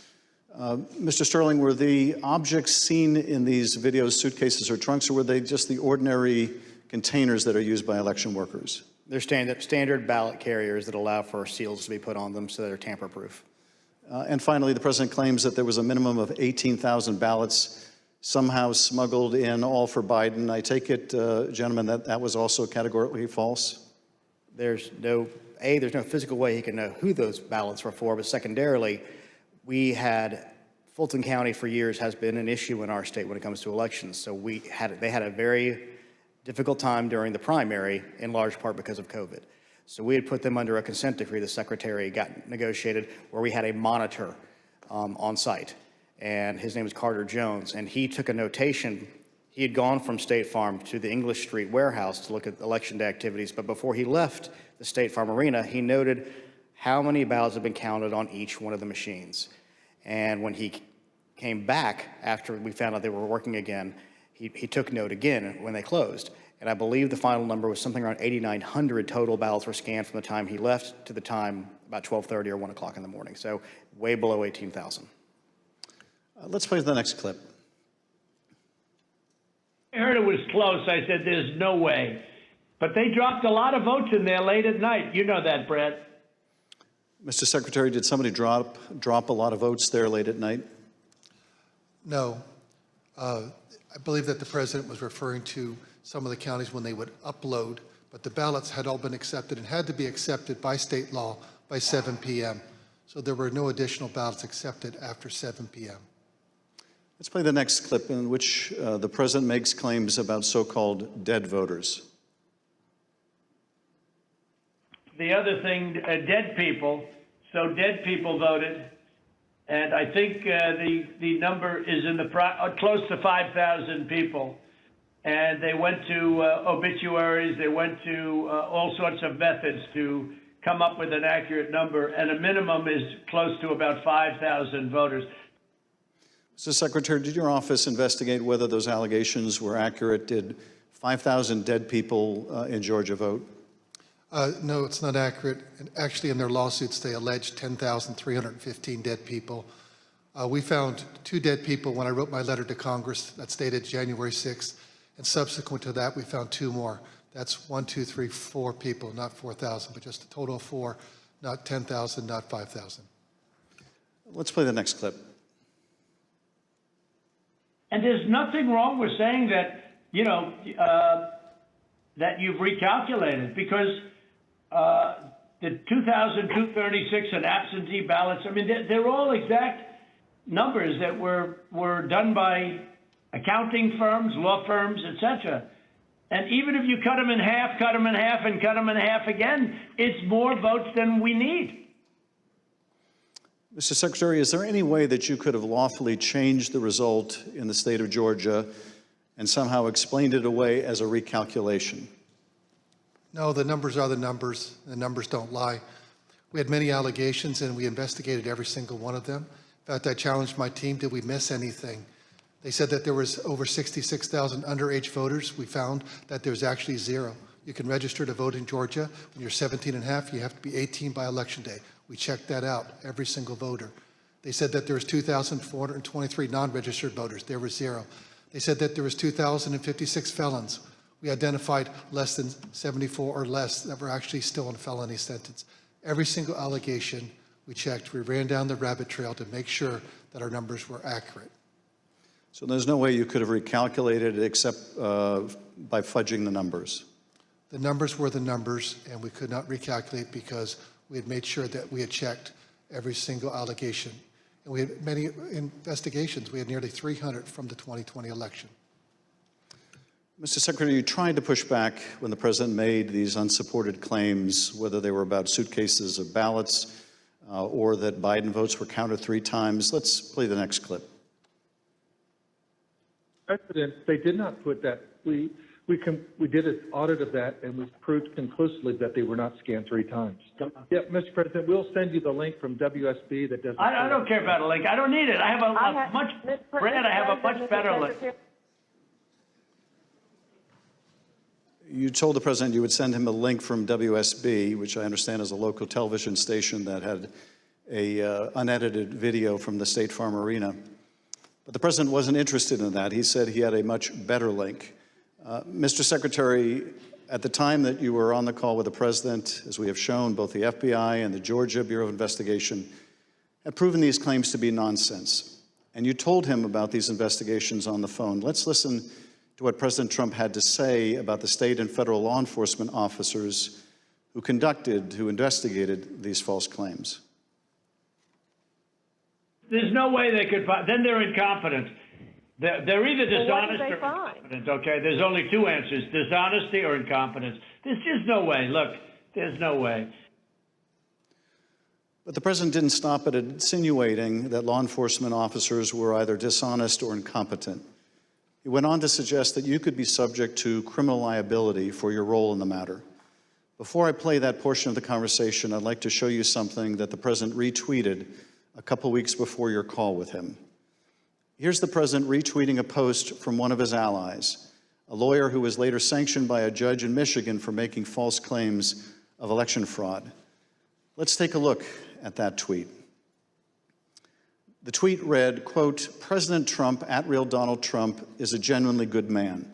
He does not really like to fire people. I bet he dislikes putting people in jail, especially, quote unquote, Republicans. He gave @Kemp, Georgia, and @Georgia Secretary of State every chance to get it right. They refused. They will soon be going to jail." So on your call, this was not the first time the president was suggesting you might be criminally liable. With that, let's listen to this portion of the call. I think you're going to find that they are shredding ballots because they have to get rid of the ballots because the ballots are unsigned. The ballots are corrupt. And they're brand new and they don't have seals. And there's a whole thing with the ballots, but the ballots are corrupt. And you're going to find that they are, which is totally illegal. It's more illegal for you than it is for them because you know what they did and you're not reporting it. That's a criminal offense. And you can't let that happen. That's a big risk to you and to Ryan, your lawyer. That's a big risk. Secretary Raffensperger, after making a false claim about shredding of ballots, the president suggested that you may be committing a crime by not going along with his claims of election fraud. And after suggesting that you might have criminal exposure, President Trump makes his most explicit ask of the call. Let's play a part of that conversation. So, look, all I want to do is this. I just want to find 11,780 votes, which is one more than we have, because we won the state. Mr. Secretary, was the president here asking you for exactly what he wanted? One more vote than his opponent. What I knew is that we didn't have any votes to find. We had continued to look. We investigated, like I just shared the numbers with you. There were no votes to find. That was an accurate count that had been certified. And as our general counsel said, there was no shredding of ballots. Mr. Secretary, after making this request, the president then goes back to the danger of having you deny these allegations of fraud. Let's listen to that part of the clip. And I watched you this morning and you said, well, there was no criminality, but I mean, all of this stuff is very dangerous stuff. When you talk about no criminality, I think it's very dangerous for you to say that. Secretary Raffensperger, you wrote about this in your book, and you said, quote, "I felt then and still believe today that this was a threat. Others obviously thought so too, because some of Trump's more radical followers have responded as if it was their duty to carry out this threat. Please tell us what you, your wife, even your daughter-in-law experienced regarding threats from Trump's more radical followers. Well, after the election, my email, my cell phone was doxed, and so I was getting text all over the country, and then eventually my wife started getting the text, and hers typically came in as sexualized texts, which were disgusting. You have to understand that Trish and I, we met in high school, and we've been married over 40 years now, and so they started going after her, I think, just to probably put pressure on me. Why don't you just quit, walk away? And so that happened.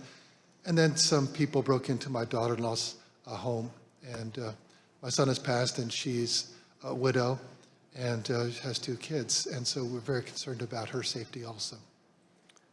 And Mr. Secretary, why didn't you just quit and walk away? Because I knew that we had followed the law and we had followed the Constitution, and I think sometimes moments require you to stand up and just take the shots when you're doing your job, and that's all we did. You know, we just followed the law and we followed the Constitution. And at the end of the day, President Trump came up short. But I had to be faithful to the Constitution. And that's what I swore an oath to do. During the remainder of the call, the former president continued to press you to find the remaining votes that would ensure his victory in Georgia. Let's listen to a little more. Why wouldn't you want to find the right answer, Brad, instead of keep saying that the numbers are right? So look, can you get together tomorrow? And Brad, we just want the truth. It's simple. And everyone's going to look very good if the truth comes out. It's okay. It takes a little while, but let the truth come out. And the real truth is I won by 400,000 votes, at least. So what are we going to do here, folks? I only need 11,000 votes. Fellas, I need 11,000 votes. Give me a break. 4 days after the president's call to Secretary Raffensperger was January 6th. The president whipped up the crowd in front of the ellipse, once again promoting the allegation that Secretary Raffensperger, the president's own attorney general, had told him was false. Here he is on the ellipse. In Fulton County, Republican poll watchers were ejected, in some cases physically, from the room under the false pretense of a pipe burst, water main burst, everybody leave, which we now know was a total lie.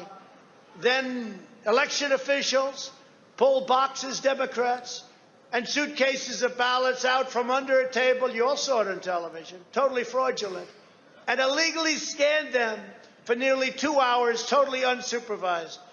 Tens of thousands of votes. This act coincided with a mysterious vote dump of up to 100,000 votes for Joe Biden, almost none for Trump. Oh, that sounds fair. That was at 1:34 a.m. Mr. Secretary, Mr. Sterling, I want to thank you for your service to the state of Georgia and to the country. Speaker Bowers, likewise, I want to thank you for your service to the state of Arizona and to the country. You have served not only your home states, but our nation and our democracy. Mr. Chairman, I yield back. Thank you, Mr. Schiff. I thank the witnesses for joining us today. You are now dismissed. Final witness this afternoon.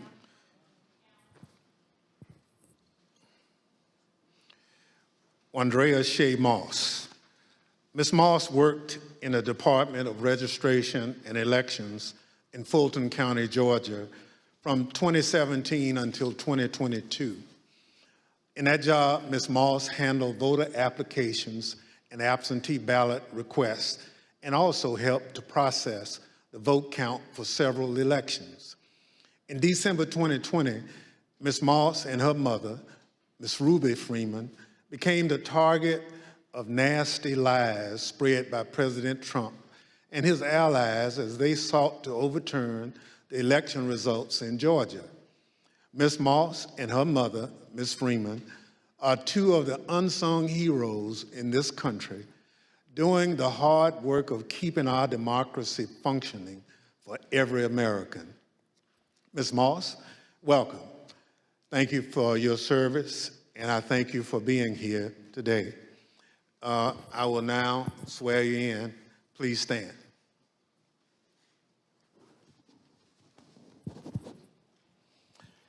Do you swear or affirm on the penalty of perjury that the testimony you're about to give is the truth, the whole truth, and nothing but the truth, so help you God? Thank you. Please be seated. Let the record reflect that the witness answered in the affirmative. Ms. Moss, thank you very much for being here today. I understand that you are here along with your mother today. Would you like to introduce your mama?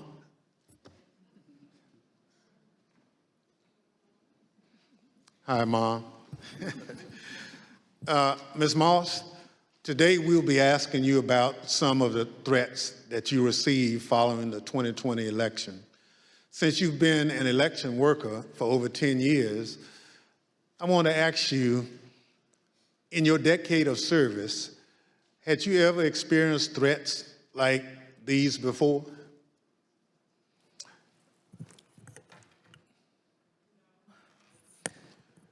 Don't be nervous. Just, I understand. So, and I want to make sure that the record reflects that you've done it for quite a while and you never received a threat, and your answer was no. Thank you. Pursuant to Section 5C8 of the House Resolution 503, the chair recognizes the gentleman from California, Mr. Schiff, for questions. Good afternoon, Ms. Moss. Thank you for being here.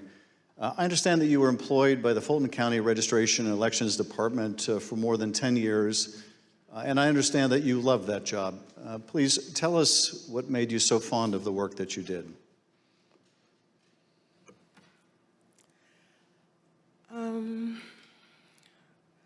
Well, I've always been told by my grandmother how important it is to vote, and how people before me, a lot of people, older people in my family, did not have that right. So what I loved most about my job were the older voters.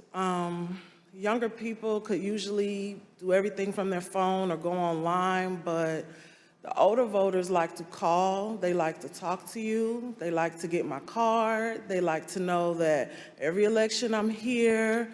And like even college students, a lot of parents trust in me to make sure their child does not have to drive home.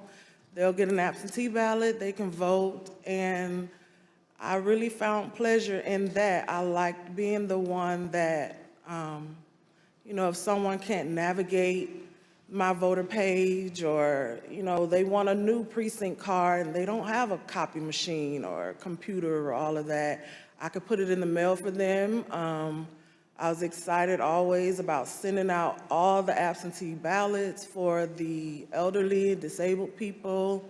I even remember driving to an hospital to give someone her absentee application. That's what I love the most.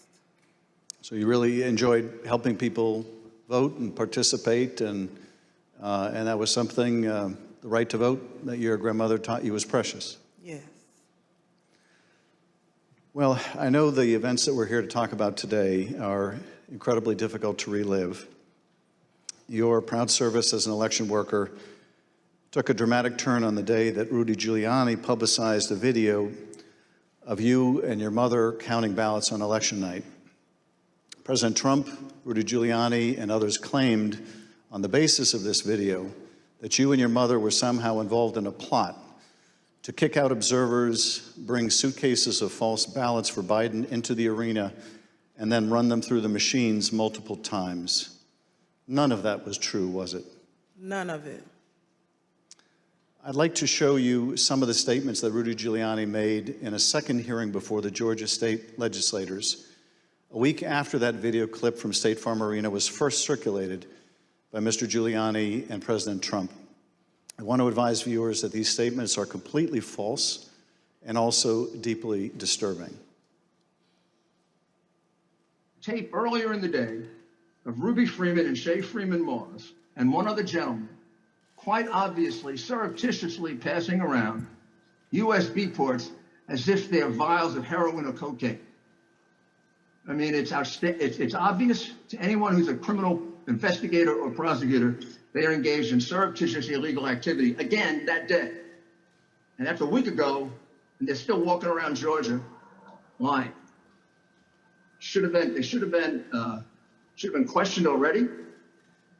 Their places of work, their homes should have been searched for evidence of ballots, for evidence of USB ports, for evidence of voter fraud. That video was from Rudy Giuliani's appearance at a Georgia State Senate hearing on December 10. How did you first become aware that Rudy Giuliani, the president's lawyer, was accusing you and your mother of a crime?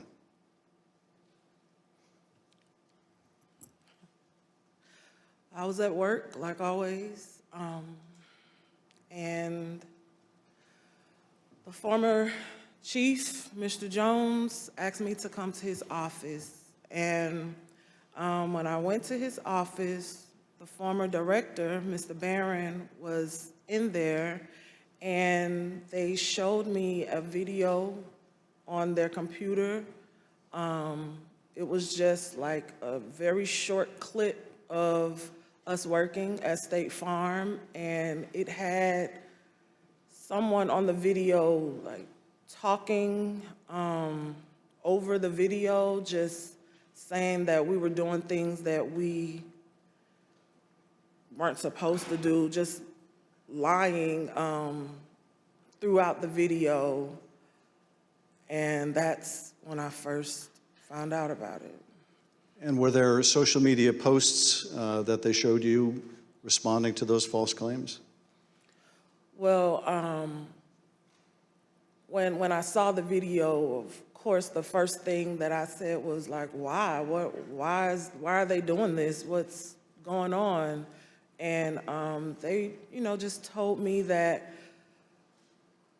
Trump and his allies were not satisfied with the outcome of the election, and they were getting a lot of threats and being harassed online, and asked me, have I been receiving anything, and I need to check on my mom.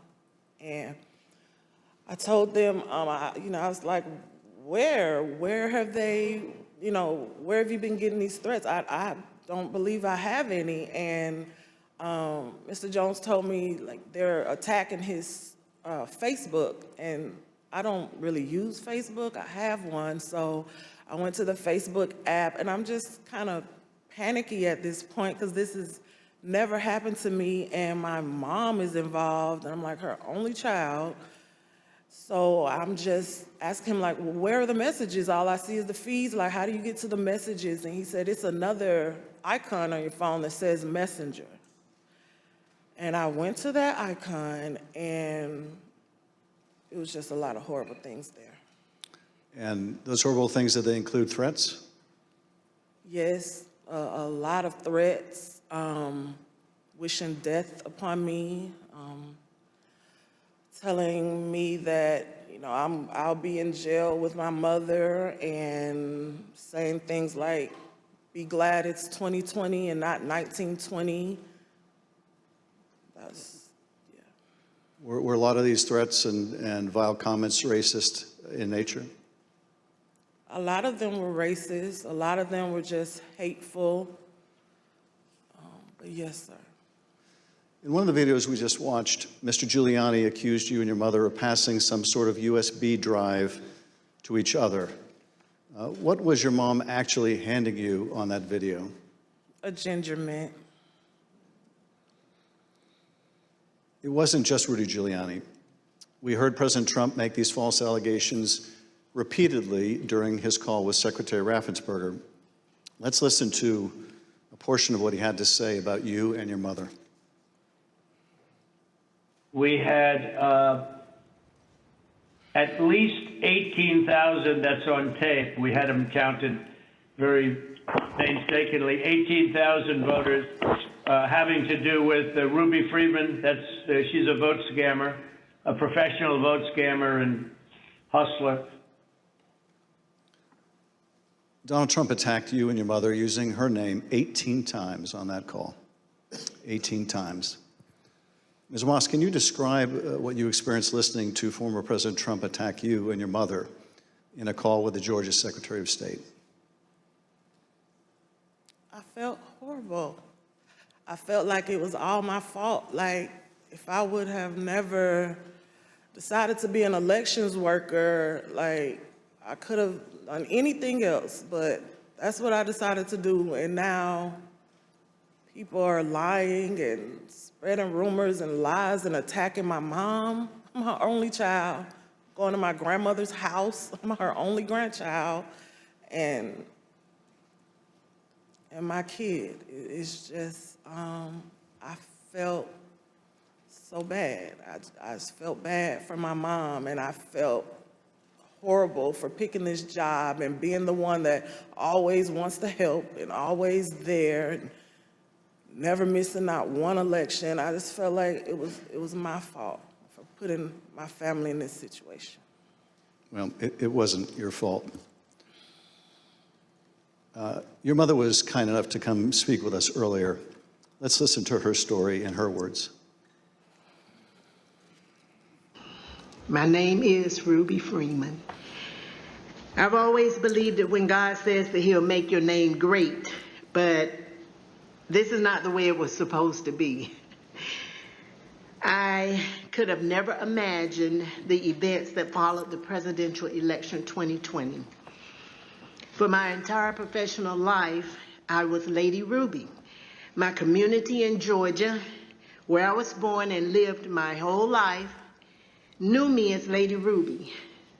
I built my own business around that name, La Ruby's Unique Treasures, a pop-up shop catering to ladies with unique fashions. I wore a shirt that proudly proclaimed that I was, and I am, Lady Ruby. Actually, I had that shirt on.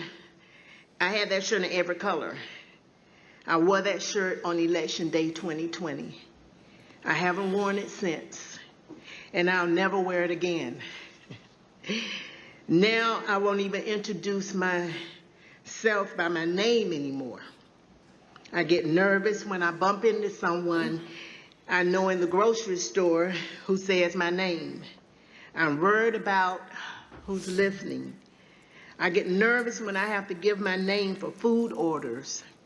I'm always concerned of who's around me. I've lost my name, and I've lost my reputation. I've lost my sense of security, all because a group of people, starting with number 45 and his ally, Rudy Giuliani, decided to scapegoat me and my daughter, Shay, to push their own lies about how the presidential election was stolen. Ms. Moss, how has this experience of being targeted by the former president and his allies affected your life? It's turned my life upside down. I no longer give out my business card. I don't transfer calls. I don't want anyone knowing my name. I don't want to go anywhere with my mom because she might yell my name out over the grocery aisle or something. I don't go to the grocery store at all. I haven't been anywhere at all. I've gained about 60 pounds. I just don't do nothing anymore. I don't want to go anywhere. I second guess everything that I do. It's affecting my life in a major way, in every way, all because of lies. For me doing my job, same thing I've been doing forever.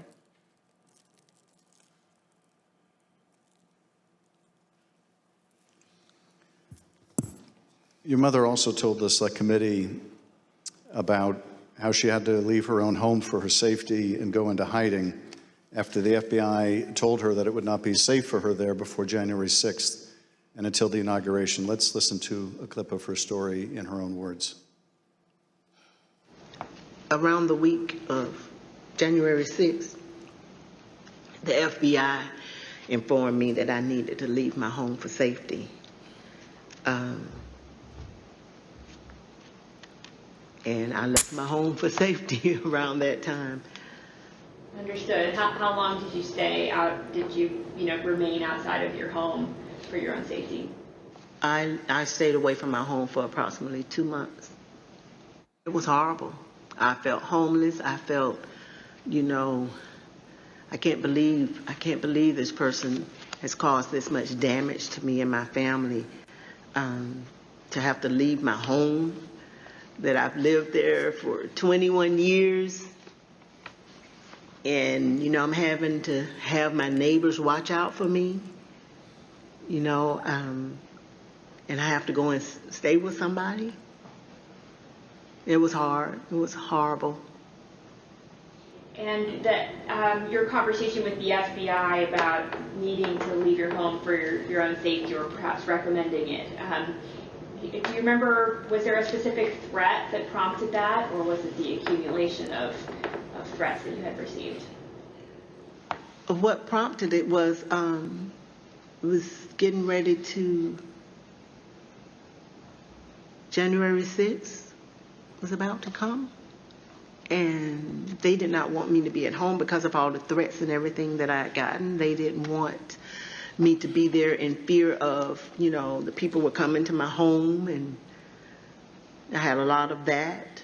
So they didn't want me to be there just in case something happened. I asked, how long am I going to have to be at home? And they said, at least until the inauguration. Ms. Moss, I understand that people once showed up at your grandmother's house. Tell us about that experience. I received a call from my grandmother. This woman is my everything. I've never even heard her or seen her cry ever in my life.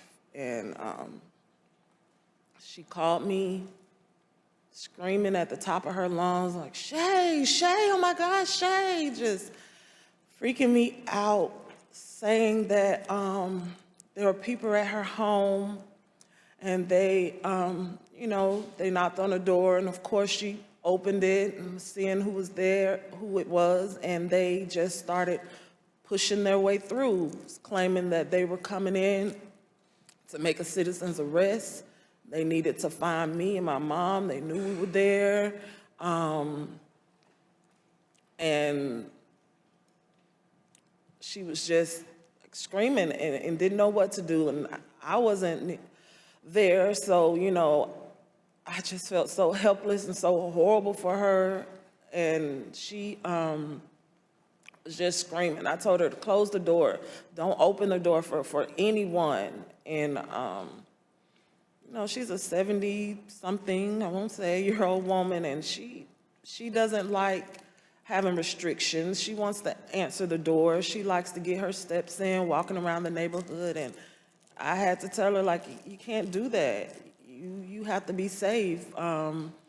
She would tell me that at night, people would just continuously send pizzas over and over to her home, and they was expecting her to pay for these large amounts of pizzas, and she went through a lot that she didn't have to. And once again, it made me just feel so horrible. In addition to the personal impact this experience has had on you and your family, one of the things that I find most disturbing is how these lies discourage longtime election workers from continuing to do this important work. Tell us, if you would, of the other election workers shown in that State Farm Arena video and their supervisors. How many are still election workers in Fulton County? There is no permanent election worker or supervisor in that video that's still there. And did you end up leaving your position as well? Yes, I left. Ms. Moss, I want to thank you for coming in to speak with us. and to thank you for your service to our democracy. What we have just played is a truly horrible and appalling sample, but just a sample of the things that were said about you and your mother following the election. I want to say how very sorry I think we all are for what you've gone through, and tragically, you're not alone. Other election workers around the country have also been the subject of lies and threats. No election worker should be subject to such heinous treatment just for doing their job. With your permission, I would like to give your mother the last word. Yes. We're just going to play the tape. There is nowhere I feel safe. Nowhere. Do you know how it feels to have the President of the United States to target you? The President of the United States is supposed to represent every American, not to target one. But he targeted me, Lady Ruby, a small business owner, a mother, a proud American citizen who stand up to help Fulton County run an election in the middle of the pandemic. Thank you, Ms. Moss. Thank you, Ms. Freeman, or as America now knows her, Lady Ruby, for your service to Fulton County, Georgia, our country, and our democracy. Mr. Chairman, I yield back. Thank you, Mr. Schiff. Ms. Moss, Yes, sir. I want to thank you for sharing with us the very troubling story of what you and your mother experienced. The harassment of election workers like you simply for doing your duty as public servants poses a threat to our democratic process. Your testimony is an important contribution to the work of our committee and serves as a reminder to all of us that the safety of local election officials is vital to ensuring that our elections are always free and fair. I want to thank our witness for joining us today. The members of the Select Committee may have additional questions for today's witness, and we ask that you respond expeditiously in writing to those questions. Without objection, members will be permitted 10 business days to submit statements for the record, including opening remarks and additional questions for the witness. Without objection, the chair recognizes the gentleman from California, Mr. Schiff, for a closing statement. For more than 200 years, our democracy has been distinguished by the peaceful transfer of power. When an American raises their right hand and takes the presidential oath of office, they are transformed from an ordinary citizen into the most powerful person in the world, the president. This is an awesome power to acquire. It is even more awesome when it is handed on peacefully. When George Washington relinquished the office of the presidency, it set a precedent that served as a beacon for other nations struggling against tyranny. When Ronald Reagan described it as a kind of miracle in the eyes of the world, he was exactly right. Other countries use violence to seize and hold power, but not in the United States, not in America. When Donald Trump used the power of the presidency to try to stay in office after losing the election to Joe Biden, he broke that sacred and centuries-old covenant. Whether his actions were criminal will ultimately be for others to decide. But what he did was, without a doubt, unconstitutional. It was unpatriotic, and it was fundamentally un-American. And when he used the power of his presidency to put the enormous pressure on state, local, and local elections officials and his own vice president, it became downright dangerous. On January 6th, that pressure became deadly. Ruby Freeman said the president is supposed to protect every American, not target them. And she is right. If the most powerful person in the world can bring the full weight of the presidency down on an ordinary citizen who is merely doing her job with a lie as big and heavy as a mountain, who among us is safe? None of us is. None of us. In city councils and town councils, on school boards and election boards, from the Congress to the courts, dedicated public servants are leaving their posts because of death threats to them and to their families. This is not who we are. It must not become who we are. Our democracy held because courageous people like those you heard from today put their oath to the Constitution above their loyalty to one man or to one party. The system held but barely, and the question remains, will it hold again? If we are able to communicate anything during these hearings, I hope it is this. We have been blessed beyond measure to live in the world's greatest democracy. That is a legacy to be proud of and to cherish, but it is not one to be taken for granted. That we have lived in a democracy for more than 200 years does not mean we shall do so tomorrow. We must reject violence.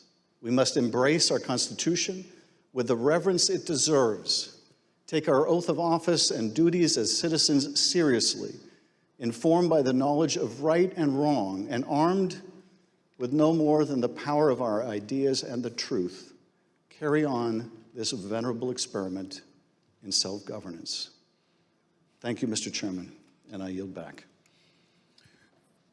Without objection, the chair recognizes the gentlewoman from Wyoming, Ms. Cheney, for a closing statement. Thank you very much, Mr. Chairman. Lady Ruby and Shay, thank you for your courage. Thank you for your strength. Thank you for being here today. It means so much for everyone to hear your story, so thank you for that. We have had tremendous testimony today. We've been reminded that we're a nation of laws, and we've been reminded by you and by Speaker Bowers and Secretary of State Raffensperger and Mr. Sterling that our institutions don't defend themselves. Individuals do that. And we've reminded that it takes public servants. It takes people who've made a commitment to our system to defend our system. We also have been reminded what it means to take an oath under God to the Constitution, what it means to defend the Constitution. And we were reminded by Speaker Bowers that our Constitution is indeed a divinely inspired document. And so it's been an honor to spend time with you and with our previous witnesses here today.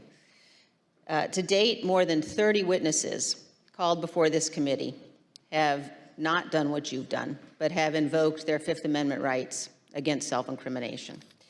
Roger Stone took the Fifth, General Michael Flynn took the Fifth, John Eastman took the Fifth. Others, like Steve Bannon and Peter Navarro, simply refused to comply with lawful subpoenas, and they have been indicted. Mark Meadows has hidden behind President Trump's claims of executive privilege and immunity from subpoenas. We're engaged now in litigation with Mr. Meadows. The American people in our hearings have heard from Bill Barr, Jeff Rosen, Richard Donoghue, and many others who stood up and did what is right. And they will hear more of that testimony soon. But the American people have not yet heard from Mr. Trump's former White House counsel, Pat Cipollone. Our committee is certain that Donald Trump does not want Mr. Cipollone to testify here. Indeed, our evidence shows that Mr. Cipollone and his office tried to do what was right. They tried to stop a number of President Trump's plans for January 6th. Today, and in our coming hearings, you will hear testimony from other Trump White House staff explaining what Mr. Cipollone said and did, including on January 6th. But we think the American people deserve to hear from Mr. Cipollone personally. He should appear before this committee, and we are working to secure his testimony. Thank you, Mr. Chairman. I yield back. People answer the call to public service in such different ways. Some run for office. Some volunteer to make sure their neighbors can get to their voting locations. Some work at polling sites to help election day go smoothly. Some look into problems to guarantee our elections are secure and accurate, just to name a few. As I mentioned at the start of this hearing, when we talk about our democratic institutions, we're talking about these individuals and many others who do these jobs across the country. They represent the backbone of our democracy at its most important moments, when the citizens cast their votes and when those votes are counted. We've heard the stories of their courage. They've earned the thanks of a grateful nation. But for Donald Trump, these witnesses and others like them were another roadblock to his attempt to cling to power. On Thursday, we'll hear about another part of that scheme, his attempt to corrupt the country's top law enforcement body, the Justice Department, to support his attempt to overturn the election. Just as we heard today that Donald Trump was deeply involved in a scheme to pressure state officials to overturn the election results, we will hear on Thursday that Donald Trump was also the driving force behind the effort to corrupt the Justice Department. Listen to this clip from the former acting Attorney General, Richard Donoghue. The president said, suppose I do this. Suppose I replace him, Jeff Rosen, with him, Jeff Clark. What do you do? And I said, sir, I would resign immediately. There is no way I'm serving 1 minute under this guy, Jeff Clark. You'll hear from Mr. Donoghue in person on Thursday as my colleague, Mr. Kinzinger, presents details about this plan. The chair requests those in the hearing room remain seated until the Capitol Police have escorted members from the room. Without objection, the committee stands adjourned.